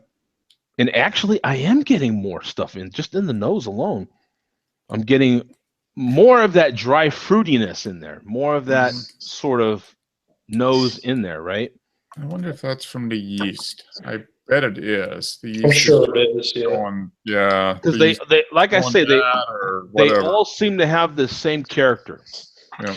You know what I'm saying? At this point, with the exception of the Pilsner that I kept too long, the Italian Pilsner that I kept this long actually stayed pretty true to what it originally was. Well, there was nothing in it to begin with, so it's not water is water, no matter when you open it. Aged water is aged water. Yeah, so you know, when green bottle or not, doesn't matter. It's still water. So, was it bottle conditioned though, Joe? Yeah, the Pilsner. The Pilsner. No. Yeah, because I mean the flavor's not going to really develop if there's not yeast in it, you know. I mean, right. Yeah, that's just that standard. Who's that big Italian brewery? Peroni. Yeah. It was that in their green bottle, their lager. It doesn't taste great fresh either. So it's not. It's actually more of a sweet Pilsner. You know what I'm saying? More of a. It is. You know, it's not. Now it's like a sweet cardboard. Right, and with that said, there are the craft beer scene. Now there's I'm going to take this a little further because the craft beer scene in Italy has been really booming. The craft beer, the craft scene in Brazil is really booming. Now, the offering that I just had that Bertho, okay, one of the better beers from south of our border that I've had. That ain't saying much, though. There is a lot of improvement that still can go on there. But as big a country as Brazil is, I'm sure they can darn sure muster up some better brews, and I'm sure they will. Italy, on the other hand, I would damn sure expect right off the bat to have some fantastic beers. You're right. Italy, I damn sure expect a lot more of. I've had some really nice beers from Brazil, actually. I haven't had any from Italy, but Brazil, yeah, there's a monastery down there that brews some beers, which one of my monk buddies brought me, which was really nice. And there's I can't say it because it's in Portuguese, but it was a coconut porter that was really nice from Brazil. There's I'm real, because I do have. I don't know if it's just some dude and his buddies, but I have always had a nice little clique of fans from down there, and they have been preaching to me via email for years that there's craft beers brewing in Brazil, and so in South America in general is what they say, and so in my Total Wine now I'm noticing that there's a whole category for Brazil now, and so I'll be consciously when I seen it, I was like, oh cool, I'll grab one, and then my next trip I'll grab another, and you know what I'm saying? Yeah. The same thing with Italy. There's a nice little section of Italian beers. It's not just that Baroni anymore. It's there's a nice little section of Italian beers. So I will be, experimenting with the different Italian beers. I always have an attachment to anything Italian because, so yeah, it's. You would think they would make great beers, like Italian wine, and food is fantastic. You would think over time they're going to make some serious beers. There's a British beer show that I have seen that did their whole show. They did a whole season of beer shows in Italy. And I seen that probably it's been easily close to 2 years ago. And that's all he did was go to different breweries in Italy and sample different beers and get blasted. Dude, this guy got hammered. Like it was him and some other cat, and I'm pretty sure they were either from Australia or from England, and they got hammered. I mean, they did not mess around. He made no bones about that. He was supposed to go to this brewery, this brewery, this brewery, and this brewery, and he had so much time to do it, and it was going to take him so long to get there on this train and this taxi and this train and that taxi and this subway, and and they would sleep in the subway in the meantime on the way to this and that, and they had to sample this beer, and this beer, and you start doing all that math in your head, and you're like, dude, if you have that much beer, you know what I'm saying? Within a couple hours time you're going to be hammered, and they were hammered. By the time they got to that last stop, it was nothing but sometimes they didn't even make it to the hotel. I forget what the name of that series was. It was one of those that I downloaded, so I'm not even sure it was available in America. But it was great. It was great. That's hilarious. It was great. And I remember seeing that a couple of years ago, but yeah, the craft brewery scene in Italy now, as much care and as much pride as Italy takes in growing stuff and history and all this and that. I mean, yeah, it's everything that they said when they were reviewing the beers, that I had seen, has to be absolutely true. Yeah, see, Andrew says it sounds like a BBC show. Yeah, I think it was. It was either that or I think Australia has a lot of British shows via. I think they have an ABC as well in Australia, if I'm not mistaken, because I think it's the Australian Broadcast Network. And I think they have an ABC, or what's their other big network in Australia? They have a oh man, yeah, because they'll have like a lot of Aborigines people on there. And then there's that other, they're not Samoans, but there's another island out there that's not owned or part of America. And it's not the Samoan Islands, but it's one of those like Samoan type of people. But it's Australian, if I'm not mistaken. And I don't know. My head's hurting from all that thinking, dude. I can't think that much. It's like, have another 6-year-old beer, Joe. That'll exactly. help. Yeah, have another 6-year-old beer that was meant to be, 2 months old when you had it. Yeah, exactly, dumbass. Yeah, how much sense does that make? Yeah. But you know what? I have to say though that this is one of the Deschutes beers that I aged that is on the bottom of being good. You know what I'm saying? This is the one that's the least good out of all the Deschutes beers that I've cracked open. With that said, look at the cap. Mm-hmm. Clean. That is clean. That's a damn good. You expect a little swelling out of that cap, a little blister. Sure, yeah. But I mean, that was a very good sealed beer. Very good, so I mean, it had all the chances to be good, and not no air leaked in there. That's my least favorite Deschutes beer, fresh even.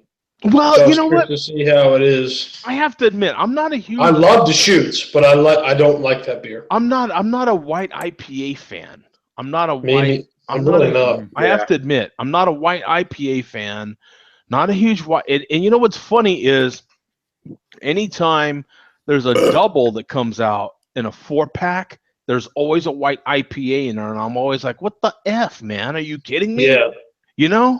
What is it with the white? I don't know people that Jones white IPAs. I don't know anybody that Jones is like a white IPA. Like, I don't know white IPA guy. Is there a white IPA guy? I know a lot of beer geeks, and I've never liked it. Yeah, I think it's more like a chick IPA. Yeah, I know some. Is it really? I think so. It's a little lighter flavor. It's a harsh flavor though. Like I don't. There's some weird. I mean, I don't know. And it's weird too, because white IPAs are generally high ABV beers, man. You don't see too many white IPAs that are like this, 5.8%. I don't. Yeah, that's pretty low. That's pretty low on the spectrum, actually. There's not a lot. There's some, but there's not a lot of sessionable white IPAs. They're generally like, over 6.5. I'll say. Yeah. And just about every Sam Adams variety pack. Yes. And just about every second Sierra Nevada variety pack. Mm-hmm. Every other one from Sierra has some sort of white IPA in them now, and I'm not a fan either. I don't. I think they have like that weird orange pith. Like when you peel an orange, you get that like weird white stuff on the orange pith. I think it has that weird, tangy kind of sour flavor that doesn't. It's not good. It's a weird bitterness. Right. I really don't enjoy that. Yeah, the Rhine, right? So it's It's one of my least favorite styles. And mine too. Now that you mentioned the Rhine, there are Malin beers that are made with the Malin Rhine now too, right? Like that kind of a weird, like you either like that kind of thing or you don't, right? Yeah. There's some beers that are made with that Rhine, and they have that weird Rhine taste. They do it. You know what's hilarious too is those weird flavors like that, the citrus rinds, all the different, whether it be orange, lemon, grapefruit, or lime, those citrusy kind of rind taste, rind peel taste, or whether it be Malin rind taste, are done perfectly. You ever notice that? They're like done perfectly. Like every brewery can nail that. Try that with pumpkin, you idiots! Like, come on, you can't nail down pumpkin for Christ's sake, but you can do rind perfectly for some reason. Yeah, that's true. That's a good point. Right? Like, I mean, you can get Joe Blow brewing a beer for the first time, nails rind. I mean, nails it. And you're like, yep, that's exactly the taste I can't stand. And then you're like, pumpkin comes around, and you're like, okay, everyone and their mother does a pumpkin. None of them are right. You know what I'm saying? And the one that's the most popular is the one that we all can't stand, right? From Southern Tier. You know what I'm saying? Yep. That one's got end caps at Total Wine. I swear to God. They'll have end caps on every end cap that could be an end cap. You know, full of pumpkinator, right? Pumpkin. That's right. It's crazy. You're like, what? Yeah. It's not bad with like 2 years the age on it. If you ever get a chance at Total Wine, if they're selling it for like $3 or $4, buy one. It's kind of cool. Yeah. God, pumpkin. But it's not. It's a bad beer. That's my least favorite pumpkin beer. Is pumpkin really? No, it's so. We had that discussion I think on the last show, and pumpkin was when I first received it and sampled it. I got 2 growlers, 2 bombers. I'm sorry, and it was the best thing I had ever had. It was by far the best pumpkin beer I had ever had. And then I think Greg had posted a bad review of maybe a 14 batch, or was it a 15 batch? And I hadn't had it in a few years. And then when I moved here, wasn't able to get Southern Tier in New Mexico. So when I moved here, I had it again, and I was like, oof, this is bad. What in the hell are they doing selling it? It's one of the most popular pumpkin beers. It just really makes you wonder, like, what in the hell people really like, you know? I mean, well, here's the question with that. Did the quality of the beer change? Did your taste buds change? Or were you just fooled by the hype initially? Now, I had heard that they actually did make it initially with pumpkin. And now they're using canned pumpkin is what was discussed. Because we had this discussion on the last, I don't know if it was the Saturday show or the Friday show. And and that's where it came up. And you know, it makes all the difference in the world, you know, and I know Zach has discussed this. True. We all know Zach takes all that stuff insanely serious, as he should. Some of us have had Zach's beer, and you know, the one that I have had was insane, and that was even before he started officially brewing. So for Christ's sake, I mean, that was Mark's the one that's had all. I've had all of them. Well, pretty much, yeah. Yeah, and he makes some good beer. That's for sure. I think the problem with pumpkin, their volume went up so much that they were using fresh pumpkin first, but then they started producing so much that they couldn't. So they had to start using pumpkin extracts and canned pumpkins and stuff. I'm sure that changed. That's the case with everything we love, right? Regardless of what the product is. You take, for instance, something like, you know, everybody, if you've had it or not, you've probably heard of In-N-Out Burger. Now, one of their problems was when the original owners were still alive. One of their big things was, nope, we're going to keep it a California franchise, maybe Las Vegas, maybe Arizona. We're going to keep it small because we can't guarantee the ingredients. Now that they're dead and it's in the grandchildren's, well, not even, right? I think the granddaughter was trying to keep it still pure to what the grandparents wanted, but had sold out to a board and corporate and all that, and now they're starting to grow. Now, so far, the products are still the same. They've kept it small so far, but I'm hearing that they're branching off into maybe Texas now. Carl's Jr. was the same way. They had tried to keep Carl's Jr. small, but once it went corporate, now Carl's Jr. owns Hardee's, and they're the same one and the same, and they're all over the country. Not the same Carl's Jr. I grew up with as a kid. That's for sure. It's the same thing. It's a shame, but at the same time, more people do get to enjoy the brand. Yeah. You know. And with pumpkin, it has a great vanilla and graham cracker taste, but it doesn't have the pumpkin taste that you would want out of a pumpkin beer. And that's okay. You know, you nailed the crust, and you nailed a few other things, except for the main ingredient. Yeah, that's right. Yeah, and I'm not a pumpkin beer fan, but if I'm going to drink a pumpkin beer, I want pumpkin flavor. I don't just want cinnamon or allspice or vanilla or graham cracker. I want pumpkin. Right. I had a chance a month ago to snap a few pictures at Giant Eagle Market, which I should have done. They had a wall of bombers of pumpkin for sale for $5 a piece. And I thought, how the mighty have fallen. I thought back to about 3 or 4 years ago, certain places I would drive by, they had on their marquee, "We have pumpkin." Yeah. Mm-hmm. Just a few years later, there's places still saying, "We have pumpkin. Please come in and buy some." yeah, Yeah. Exactly. You know what? It's to me. Okay, this is my personal opinion. It's by far the most popular pumpkin beer. It by a long shot. You ask the average Joe Blow, and they know pumpkin.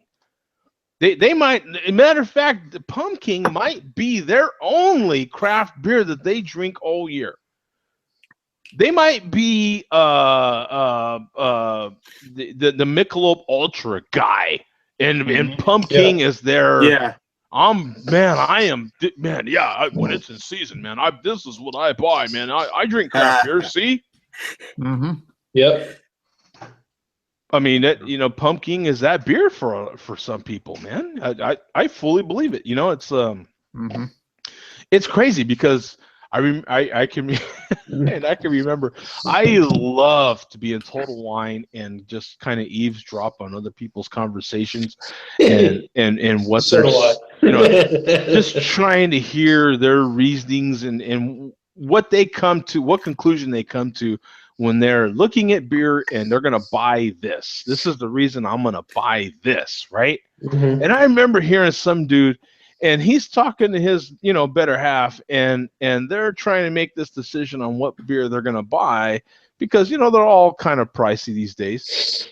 And they nailed it down to me to what was one of the worst beers I've ever had in my entire beer drinking career, which is Tiger. I have got no problem saying that. Yeah. And anybody that would buy Tiger, to me, one of the worst beers I've ever had. Oh my God, it's one of the worst beers. It's like eating frozen pizza, for Christ's sake. It's like, come on. You know what I'm saying? If you think Walmart frozen pizza is the best pizza you've ever had in your life, you're an idiot. You know what I'm saying? And yeah, it was the equivalent of doing that. You know what I'm saying? I'm like, yeah, they're probably going to stop at Walmart. And they're like, yeah, all these other good beers or kind of semi-good beers, they were like, nah. Tiger is the bomb. And I'm like, oh yeah. Have they actually had it before, or did they just like the label? Oh no. They were making it quite clear between themselves, right? That was the beer. I don't know if I've ever had it that it wasn't like skunked or bad or anything. It's the worst. Maybe if you try it in India or wherever it's from, maybe it's good, but it's an Asian beer. If I'm not mistaken. I must take their time getting it over here because by the time it gets over here, it's gone bad. It tastes terrible. Yeah. I've had it like 4 or 5 times, and it's awful every time. Awful. It's odd. I don't know how you can make a rice beer so bad, right? Yeah. Like, isn't that supposed to be just like sweet by nature? Like, come on. It's not. The last thing that is sweet. That is a horrible beer. Yeah. Hey, who is this? Switch something or other. I don't know. He says I look humongous. Hello? Was this the first time you've seen me? Yeah. I take up your whole screen. What are you doing? Watching me on your 70-inch? Are you an idiot? Don't do that. Don't do that. It's too much this, dude. What are you kidding me? Don't do that to yourself. You know what I'm saying? Watch this on a really low resolution, very small monitor. Phone. As a matter of fact, just stream the audio This is a face for audio. Yeah. See, Bums is demonstrating the proper size to watch Joe Dion. Exactly. Yeah, exactly. Watch it on some burner. Actually, that's the best way. Burner. Yeah. Just watch it on a burner. The more pixelated, the better. Trust me, you don't want to expose your family to this. That's right. Oh, and, And Joe, you're watching 4K. 4K is what will pay you to not watch us. You know? Exactly. Yeah. No way. Yeah. And Joe, I hope you don't mind. Earlier, for the first time ever, I used my power as a moderator to delete that one comment that was on there. I hope you don't mind. No, I noticed that. Yeah, no, that's perfectly fine. That's why you guys are monitors, man. Yeah, no, you guys have that absolute authority to do that sort of thing. I mean, if it would have fit in with the context of what we were talking about, that would have been great. But that was just like out of nowhere for no reason. That was a non sequitur, right? Yeah. Like, he says humongous is a person. Is that a porn star? Guilty, guys. I have something to tell you.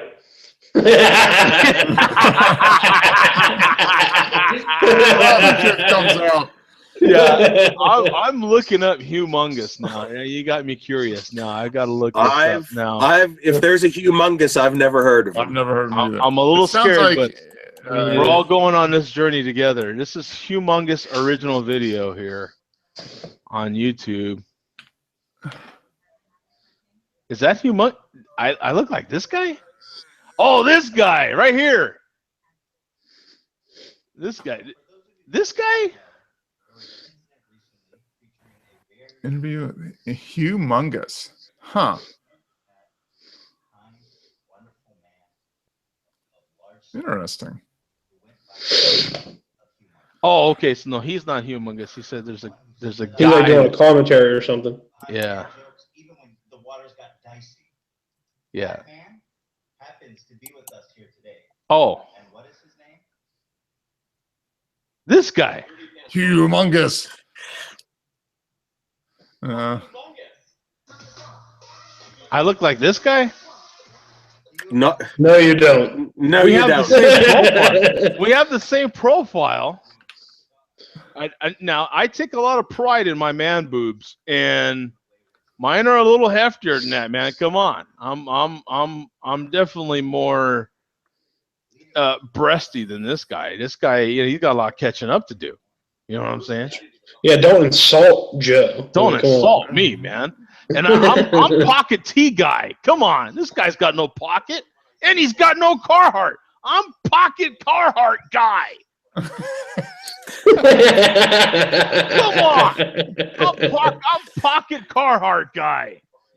Man, where's this guy been? This guy don't know nothing. He says go to Google Images. I'm sorry, Go to Google Images, huh? I still don't think you're going to look like him. This could be scary, man. This could be scary. We're going to go Images here. Yeah, you're a brave man. Yeah. What is that? Look at that face, man. Look at this guy. I look like that guy. Is this the guy? Look at this guy. There's a guy from Pawn Stars right there. Now, me and this gorilla behind him kind of. That's Harambe. Yeah, Harambe. That was my presidential candidate right there, man. That's who I voted for. I saw like 16,000 Americans voted for Harambe for president. Isn't that hilarious? Yeah. 16,000 people. Yeah, we'd rather have a dead gorilla for president. Yeah, that was my candidate right there, man. That dead gorilla. Yeah, I swear to God. Let's see. He's gonna make bananas great again. He was gonna make bananas and lime margarita great again. Now I don't have no problems admitting if I look like somebody. Other than profile, I don't look like this guy at all. Sorry. You don't look like any of those people. And not even in profile, Joe. Sorry. Yeah, no, sorry. No, me, if he could see if he could see John from Ireland, swear to God, me and him look alike. Yeah. That is yeah. that is weird. How much me and that. Now, not in every picture, but in a lot of the pictures, in some of them, I mean, I'm like, whoa, see, that's a thinner me right there. That's not bad.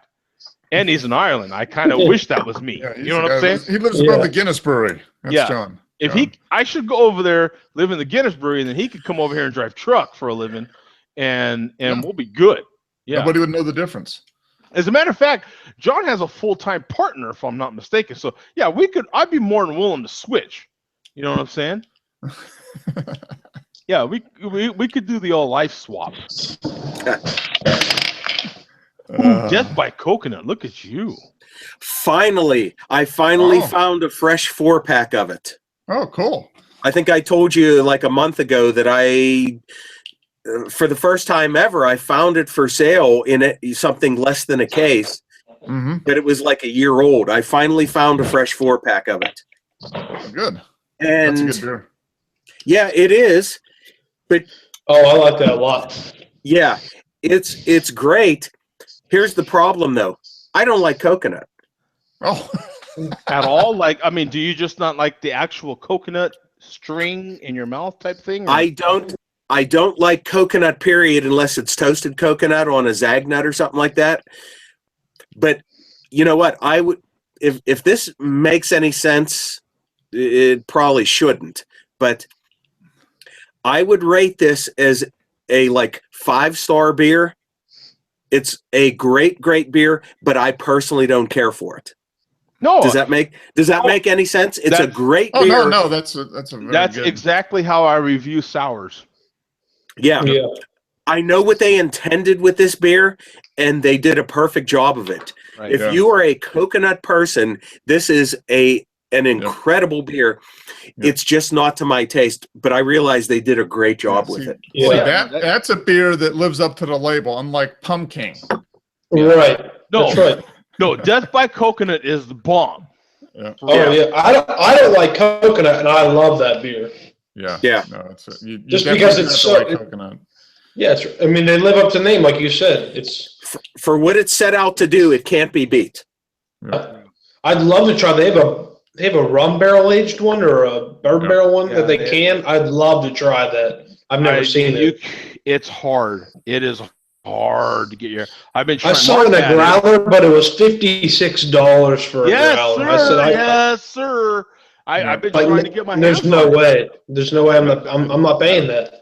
I've been trying to get my hands on it, and it's very difficult. Yep.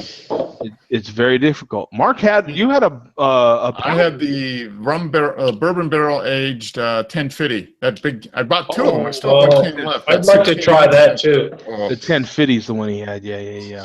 1050 is one of my favorite Russian Imperial stouts. Anyhow, it's good. Bourbon, I'm sure it's so fantastic. Good, yeah. I've got 1 more can sitting in the basement. I probably wait till next year to try it. Give it a year or so. Oh, Zach's the one. Zach had it. Yeah. Definitely coconut, the barrel aged. Yeah. He's the one that had it. Yep. Yeah, because Oscar Blues doesn't have a brewery in North Carolina, do they? Yeah, they do. Yeah, they do. Dude, that's right. They did. Yeah. Yep. That's why that 1050 bourbon barrel aged one. How much did that cost you for a can? It is a 16-ounce can. I paid $11 for the can. Okay. And I bought 2. That's worth it. Yeah. And that, I swear to God, that's worth it. Oscar Blues, name me the beer that's bad. Name me the beer. I can't because they're all great. They're all great. Even their Mama's Little Yellow Pills is fantastic pills. All of them. Mm-hmm. All their beers are great. Look at Bum doesn't even like it, and he likes it. Yeah, exactly. I mean, all their beers are fantastic. They are. That is what they're well brewed beers. They may not have the exact like Bum. You can appreciate the beer. It's a well brewed beer. He just doesn't like the flavor. I do not care for this beer at all, and this beer is damn great. Yeah. That's a good comment on the beer, though. I mean, it tells you that it's a well brewed beer. It's a great comment on the brewery. I am that exact same one. That exact same way, Bum, with sours. I don't like the whole style. That's not my thing. But Mhm. I've reviewed sours. I can tell you what's a good one and what's a bad one. I'm just not going to buy them. Mhm. You know what I'm saying? Or if I buy them, it's literally to review because it's a popular beer. And I think sours are dying off a little bit, aren't they? I don't hear there are still more sours offerings. You know, they're still producing them. But what to me, what has been a consistent thing is the hop thing. The hop thing is still consistently big. Sours are kind of. I think they're still on the hype, but New England style IPAs are the big hype right now. What's getting big is canned. Everything's going canned for sure. That's Oh yeah, every That's new for sure. brewery's canned. They don't do bottles. the canning. The nitroing is getting absolutely huge. Mhm. Nitroing, everything is getting huge. Please don't nitro IPAs if you don't have to. I agree. Please don't. I mean, to me, that's a waste. I mean, try it. If you haven't had a nitroed IPA, I guess try it. And then you'll figure out you don't really care for it and then move on, please. You know what I'm saying? It's just not. It just dulls it. It dulls it out, Yeah. I think. Go ahead, Bum. What were you thinking? I believe the last time I was on the Sam Adams website, remember earlier this year, their big nitro project with the coffee stout and the white ale and the IPA. Yeah. Oh yeah. If I'm not mistaken, when I went to that section of their website under the nitro IPA, it had the notation "not currently brewed." If I'm not mistaken, it was that one. So that may have been a failed experiment. Now, I tried that, and it's still well. Like I'm not a huge Nitro IPA fan, but that was my least favorite of the Nitro series from Sam Adams. Yeah, and I know that the coffee stout is still for sale. I still see that for sale, which was really nice. It's a nice beer. One of the things that, and it sounds more and more like when I bring it up in the show, it sounds more and more like one of the things that I'm fortunate to have in my particular area, but they also did it in New Mexico as well. Whole Foods, if you go to Whole Foods, some of them have bars, and they do nitro, whatever they have on tap, they'll nitro for you, and that's a good way to, because they always have a really hoppy, IPA. I mean, everyone has an IPA that's like 500 IBUs, and everybody has one. And so, go ahead and order one up that's nitro, just so you know if you like it or you don't. Maybe you do like it. Make a liar out of me. Go for it. But try it. See what you think. I don't like it. I don't know too many people that do. I don't like to stereotype, but at Four Seasons, our hoppy beers that we put on nitro sell generally better to the female market because they're a little bit more subdued in bitterness, and you still get some of those citrusy notes. So a lot of females seem to like that more. That's just like my experience from it. That's like the Volkswagen Jetta of beers right there. Yeah. That's right.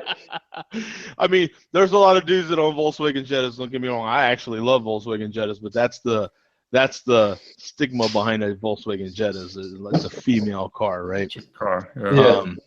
That if you're talking stereotypes. This now, real quick, we got about 9 more minutes, and then we're gonna close this one out. I've got this piece right here, 13 beer cocktails you've never heard before. Okay. Published on January 17th. Mix up these beer cocktails. So you got a beer Bloody Mary, beer with tomato juice, Tabasco, and Worcestershire sauce. Optional is vodka and a raw egg. Bloody Marys aren't my thing. But you've got a beer sting, which is dark beer and orange juice. That's something we all could try. I would be interested in trying that. So maybe not with a double, but I mean, it's kind of like ice cream. Mix, play around with that a little bit. Black Velvet. So you got a stout with such as Guinness or whatever, cut 50-50 with champagne. I'd try that. Now I've had now Sam Adams actually offered. Yeah, Infinity. I bought 2 bottles right off the bat, and I kept that last one forever because the first one sucked.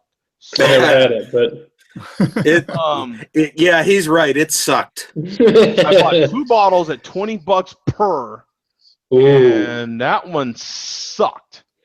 I think I literally drain poured the second one. So, and trust me, I'll drain pour a beer in a heartbeat, even if I pay $20 for the bottle. Boilermaker. Oh yeah, we've all had that. Yeah, we all had that, and Legendary was the show where I think what was that, Mark? A New Year's show we did, and I think I was winning, and I ended up winning but not winning. Yeah. I think I passed out on air, man. It was crazy. Yeah, that was. Yeah, we drank a lot that one. Wow. That was back in the good old days. That was like in the show. That was like the 100s. That was a non-recorded show. Thank God. Yeah. We got the Broadway. Didn't happen. There were no pictures. Can't prove it. Yeah, exactly. It didn't. If no one heard it, the tree didn't fall. Stupid. That's right. You got the Broadway or the Diesel, which is beer with cola, which I've had. I've heard that from Germany. Yeah, that's a big German thing. They'll mix any beer with any sort of soda you want. Liverpool Kiss, dark beer with cassis. What is that? Cassis? Cassis? What is like that? A fruity liqueur of some kind.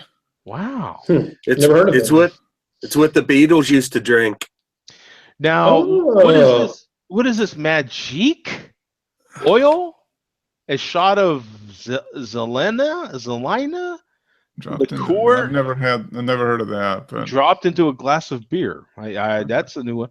Now the Radler we've all I think had some sort of version of. The Red Eye, a shot of tomato juice added to beer, also known as a Red Monster. That doesn't sound too much different than a beer Bloody Mary or what do you call that one? The Mexican one, starts with a C, right? Cala something. Anyway, Clamato. Yeah, there you go, Clamato. The Shandy Gaff or Shandy. Shandy and Radlers. I think we've all had. If you haven't, it's a beer with ginger. And ginger ale or lemonade is what they're saying. Shandies could be, that's a whole style in and of itself. Radlers, good God, you could anything with a Radler. It's insane.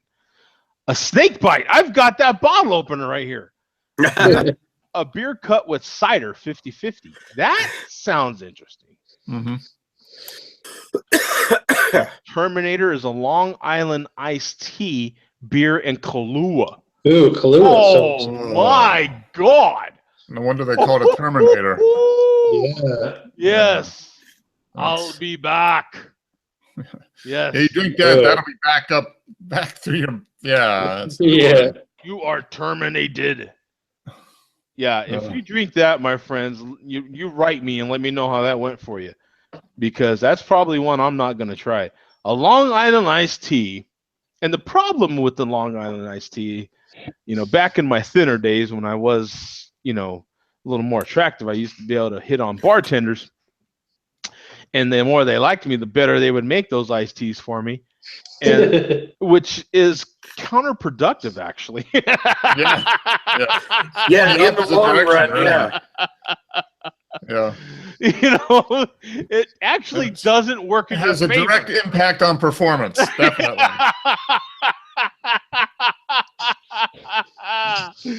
And it all starts with the. That's right. Yep. You stand up from the bar stool when you give a sigh of like, oh man. Yeah. When you get that like long lip thing going, man. Yeah, you're like, oh, bro, you feeling all right? You know what I'm saying? Pretty much. The minute you start hearing that question, it's not good, right? Yeah, you know the next 12 hours are not going to be fun. Yeah. Yeah. Yeah, you check the bathroom icon to make sure that there's not a dress on that little man. Yeah, When you go in. get real close and look.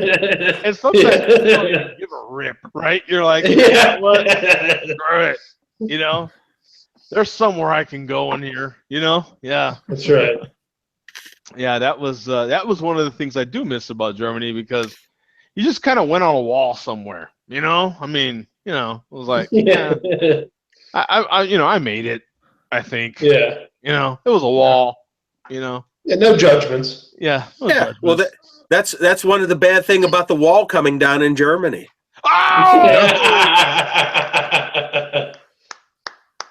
Very That's right. good. Very good. Very We have to good. pay for restrooms again in Europe.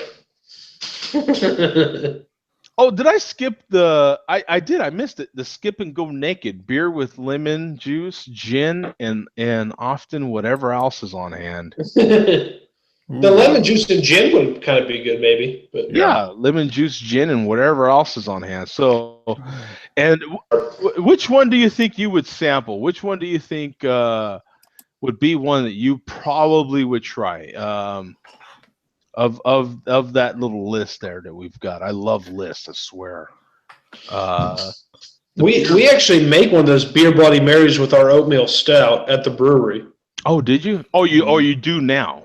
Yeah, we do. But one I would try new, I would try that skip and go naked. Yeah, I would too. With a nice like piney pale ale. Yep, that's what I was going to say, like a good pale ale or IPA. Yeah, to add to the lemon. pine flavors of the gin and. Yeah, you almost have cool to take try. the shandy and the rattlers. You have to take off of there because we've all done that. Yeah. The what was the other tomato one? The red eye. We've all done that. I mean, whether you like it or not, you've done that. So there's three of those. The one I wouldn't do is to be the Terminator. I'm just not. Yeah. Yeah, the Terminator. No. Yeah. Yeah. That's not going to happen. The Broadway, personally, I've done that 100 times over, but that was years ago. So maybe see, that's my alarm to go to work. But I'm on vacation, bitches. Isn't that the greatest feeling? Screw that alarm. That's right. Yeah. You can do your I'm getting paid to do this dance. Yeah, that's the and that's the great thing about having the watch too. Like, I don't have to be near my phone to turn off my alarm. I can just whoop whoop. Yeah, bitches. Ah! You know. But yeah, I think the Broadway I would try, which is the beer with cola. Whatever that Liverpool Kiss is with the cassis or cassis or whatever that is. All the liqueur ones I would give a shot because I don't know, I'm not familiar with that kind of liqueur. You know what I'm saying? So I would give that a shot because I'm not familiar with that. But that's just something to sample leading into Super Bowl, the big holiday that we have here in America called the Super Bowl Sunday. It's 3 weeks away, right? Yeah. Exactly, man. That is. Let's go Steelers this week. Steelers. Yep. I tell you what, man, the Steelers look fantastic. They're gonna have a tough game coming up here, man. You know? I think it's going to be Steelers and Falcons. That's my prediction. Got two Hall of Famers. We're going to do a little football talk here for a second, a little American football talk for a second, because we got two big games coming up here, which will decide who plays in the Super Bowl.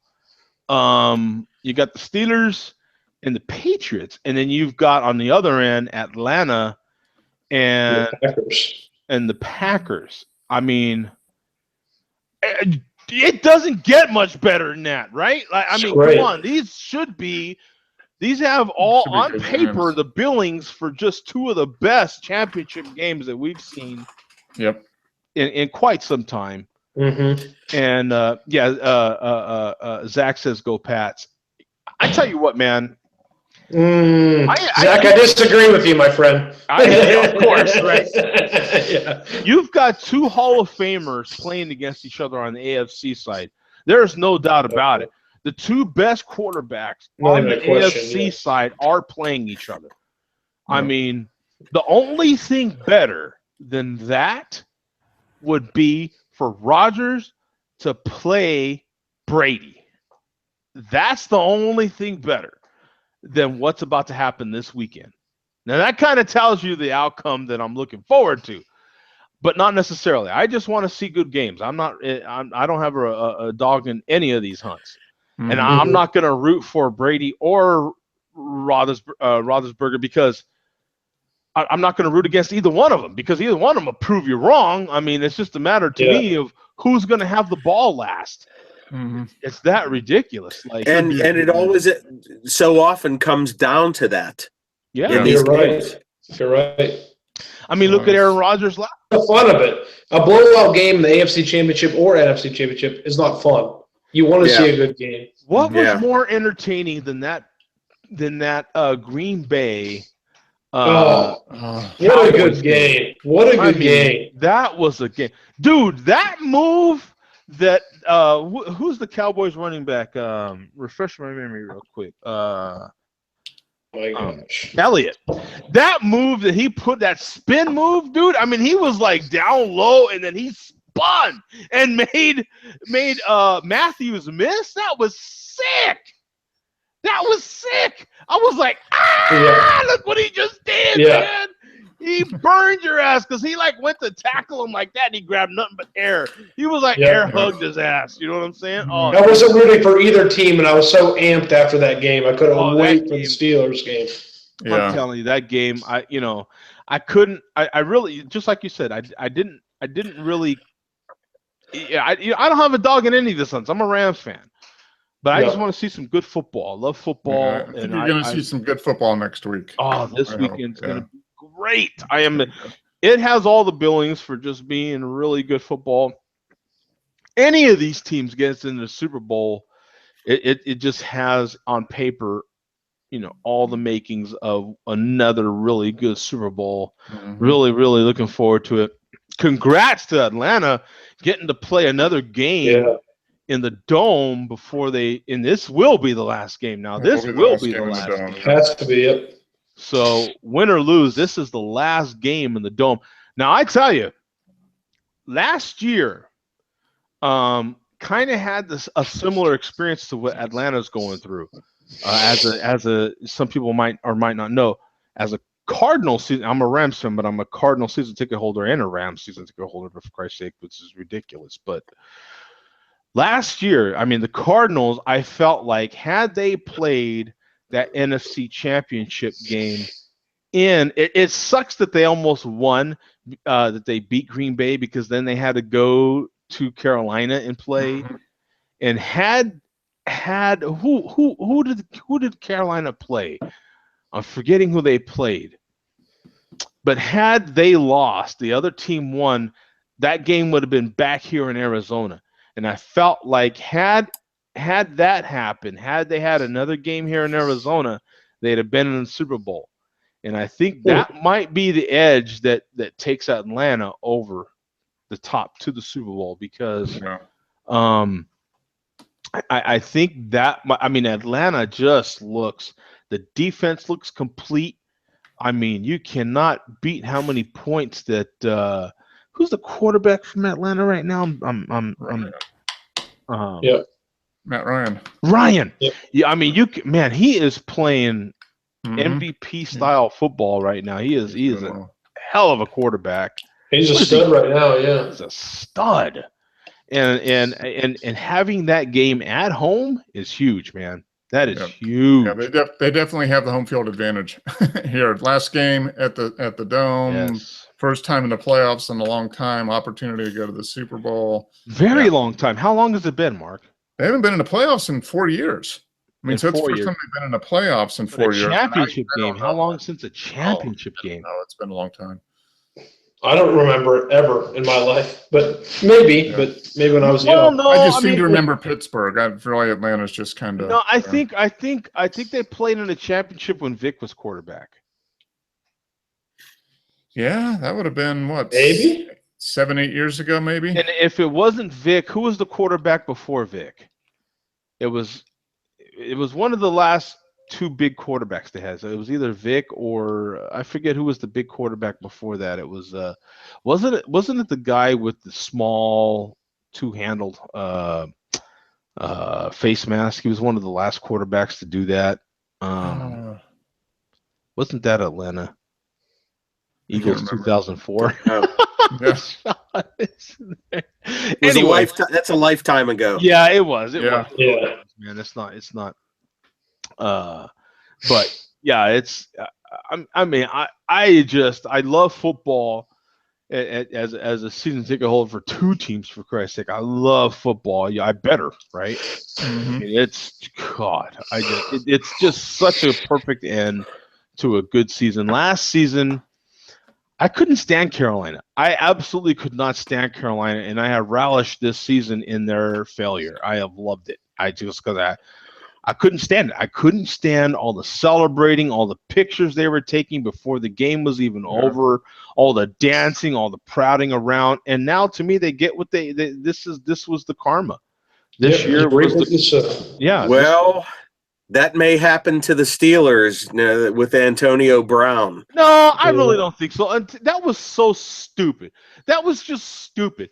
And Mike Tomlin's response was perfect. Oh, that guy, every time he speaks in front of the camera, motivates you, dude. Tomlin's response was great, but unfortunately, Tomlin's partially responsible for things getting to the point where they did, because Antonio Brown has done stupid things in the past, and Tomlin has just kind of let them slide. He's like the father saying, I'm not going to tell you again. I'm not going to tell you again. This is your last chance. And what happens when you do that to a kid? They keep screwing up. He doesn't have the iron leash that Cowher had. That's for sure. Yeah. But I do respect Tomlin for Tomlin blasted Brown today. He skewered him. Yeah, that's what I'm really? saying. What did he say? Oh, I didn't hear it. Yeah. He said this type of behavior is the reason why a lot of players jump from team to team. So read into that what you will. I was shocked that Tomlin said that. No, Tomlin came out and everything he said against Brown was perfect. It was absolutely perfect. That guy, I tell you what, as much stuff as they want to talk right now about what's his name, Bill. Who's the head? No. Who's the head coach for the Texans? I think his name is Bill something or other too, isn't it? Or no? Don't know. In any case, dude, when you hear now, I know the Texans haven't always been the best team, but when you hear that head coach talk, or when you hear Tomlin talk, dear God, I mean, it makes you want to hit a wall. You're like, oh hell yeah, you know what I'm saying? I mean, those guys can motivate you, man. You know what I'm saying? And Tomlin is just—he's right around my age, but he is just so old school, man. And I just love it. Yeah, he is. I mean, if he was the head coach of my team that I rooted for, I would just love the hell out of it. I mean, it to me, it has got to be such a privilege to be a Steeler fan, and for that to be your local team, that is phenomenal. That is incredible, because I think Tomlin's a hell of a coach. He gets a lot of riff, you know what I'm saying? A lot of people, you know, in the media talk trash about him sometimes, but he's a damn good coach. My only problem today, he broke. If you can watch the press conference online, he broke down the Antonio Brown situation into 3 different facets, and one of the things was the language that went out over Facebook Live. And Tomlin was embarrassed that he was, broadcast, unbeknownst to him, calling the Patriots assholes, which he apologized for his language. That's the one thing I don't think he should have apologized for. Every NFL coach uses those words, and he kind of explained it, saying, I'm embarrassed by that. I have kids, blah, blah, blah. Yeah. You can differentiate locker room talk between which you want to go out. Antonio Brown broadcast that without the coach's knowledge. Right. Yeah. No, I understood him apologizing, and the reason why is because of the kids. He apologized because there's a lot of kids Charles Barkley doesn't like to acknowledge it, never has, but Tomlin seems like he acknowledges the fact that he's a role model, and the kids hear him. We as adults can decipher that. Kids can't. Yeah. And him apologizing makes a lot of moms happy. Yeah. And that was what Tomlin was saying was meant for the people in that locker room and nobody else. That man had no idea that was being broadcast over Facebook. There's the problem. That's what I think Tomlin appreciated, the NFL, the Shield backing him up and come in there, stepping in there. And I thought it was appropriate for the Shield to say, hey, look, no, this ain't on you. We're imposing the fine on this one, and it's going to be high. He's going to feel this one. You know what are they going to fine him? I didn't. He hasn't said. Tomlin said it was going to stay internal. He said it was going to stay internal, and we're not going to hurt him ourselves. In other words, we're going to fine him. He's going to pay, but we're not going to hurt ourselves by making him not play this game. He's going to play the game. We're not going to hurt ourselves as a team. Yeah. Here's the problem, which may come up this coming Sunday, though.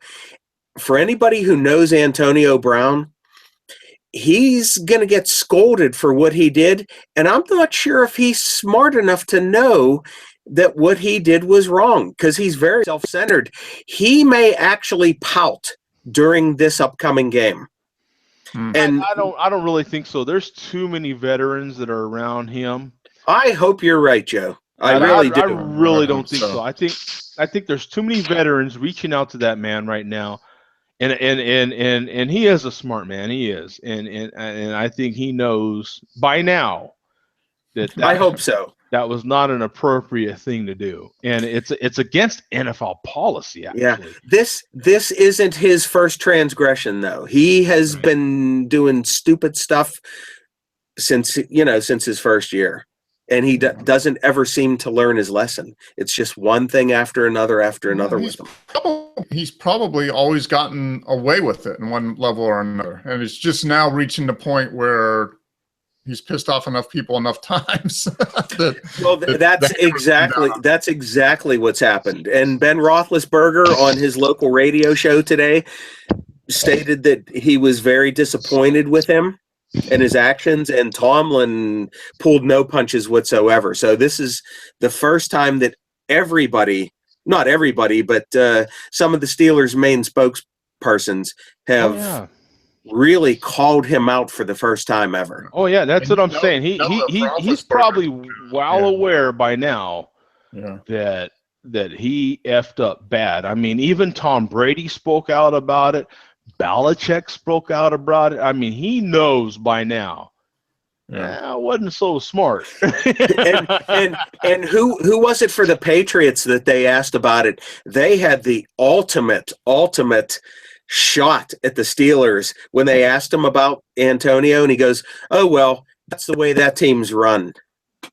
It's like, ooh. Oh wow. Yeah, no, I didn't hear that one. It's gonna be a good game then. Yeah.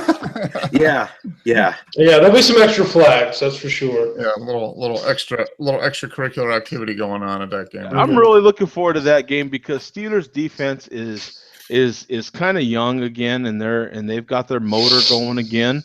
They got that big steel curtain going again. On offense, they've got a running game now, which is key. They got a running game going, and I don't know how much other people have been paying attention, but as well a season as Brady has had, he's not been great in the last two other seasons leading up to this sort of thing. Like Denver whooped his ass last year, if you remember. They made him look ridiculous. You know what I'm saying? You get a team coming there like the Steelers, and that could happen again. But like I say, man, it's hard to root against any of these quarterbacks right now. It really is. I mean, I'm not going to root. I think everyone's slurping Aaron Rodgers right now, at least the media wise, but I ain't going to root against the guy. You know what I'm saying? I mean, it's proven that you give that guy the ball the last 2 minutes of the game, he's got a chance at winning. I'm not stupid. You know, Yeah. so. But Brady has proven you put enough hats on that guy during the game, he can be rattled. And at 30, well, he's now 40, isn't he? Is he 40 now or still 39? But in any case, you know, at his advanced age for football, I mean, you know, they keep putting hats on him, and that could be it for that guy. So we'll see. Yeah. You know, it should be very good. In any case, those of you that are still watching, I appreciate you guys sticking Why in the there, hell man. are you still watching? Yeah, why the hell are you still watching? We had Sean, Zach, we had Switch, we had Andrew. Man, there's just so many to list. Yeah. Appreciate everyone that was in the chat. Appreciate that everyone that just streamed it and watched. Thank you guys very much. We're here again Fridays, 12 noon Eastern. So if you want some more of this, you can catch it then. Or Tuesdays, we're here every Tuesday, 7 p.m. Eastern. Thank you guys for tuning in. I really appreciate it, man. We'll see you guys, man. Later. See you, Joe. Okay, guys. See ya. Bye. Bye.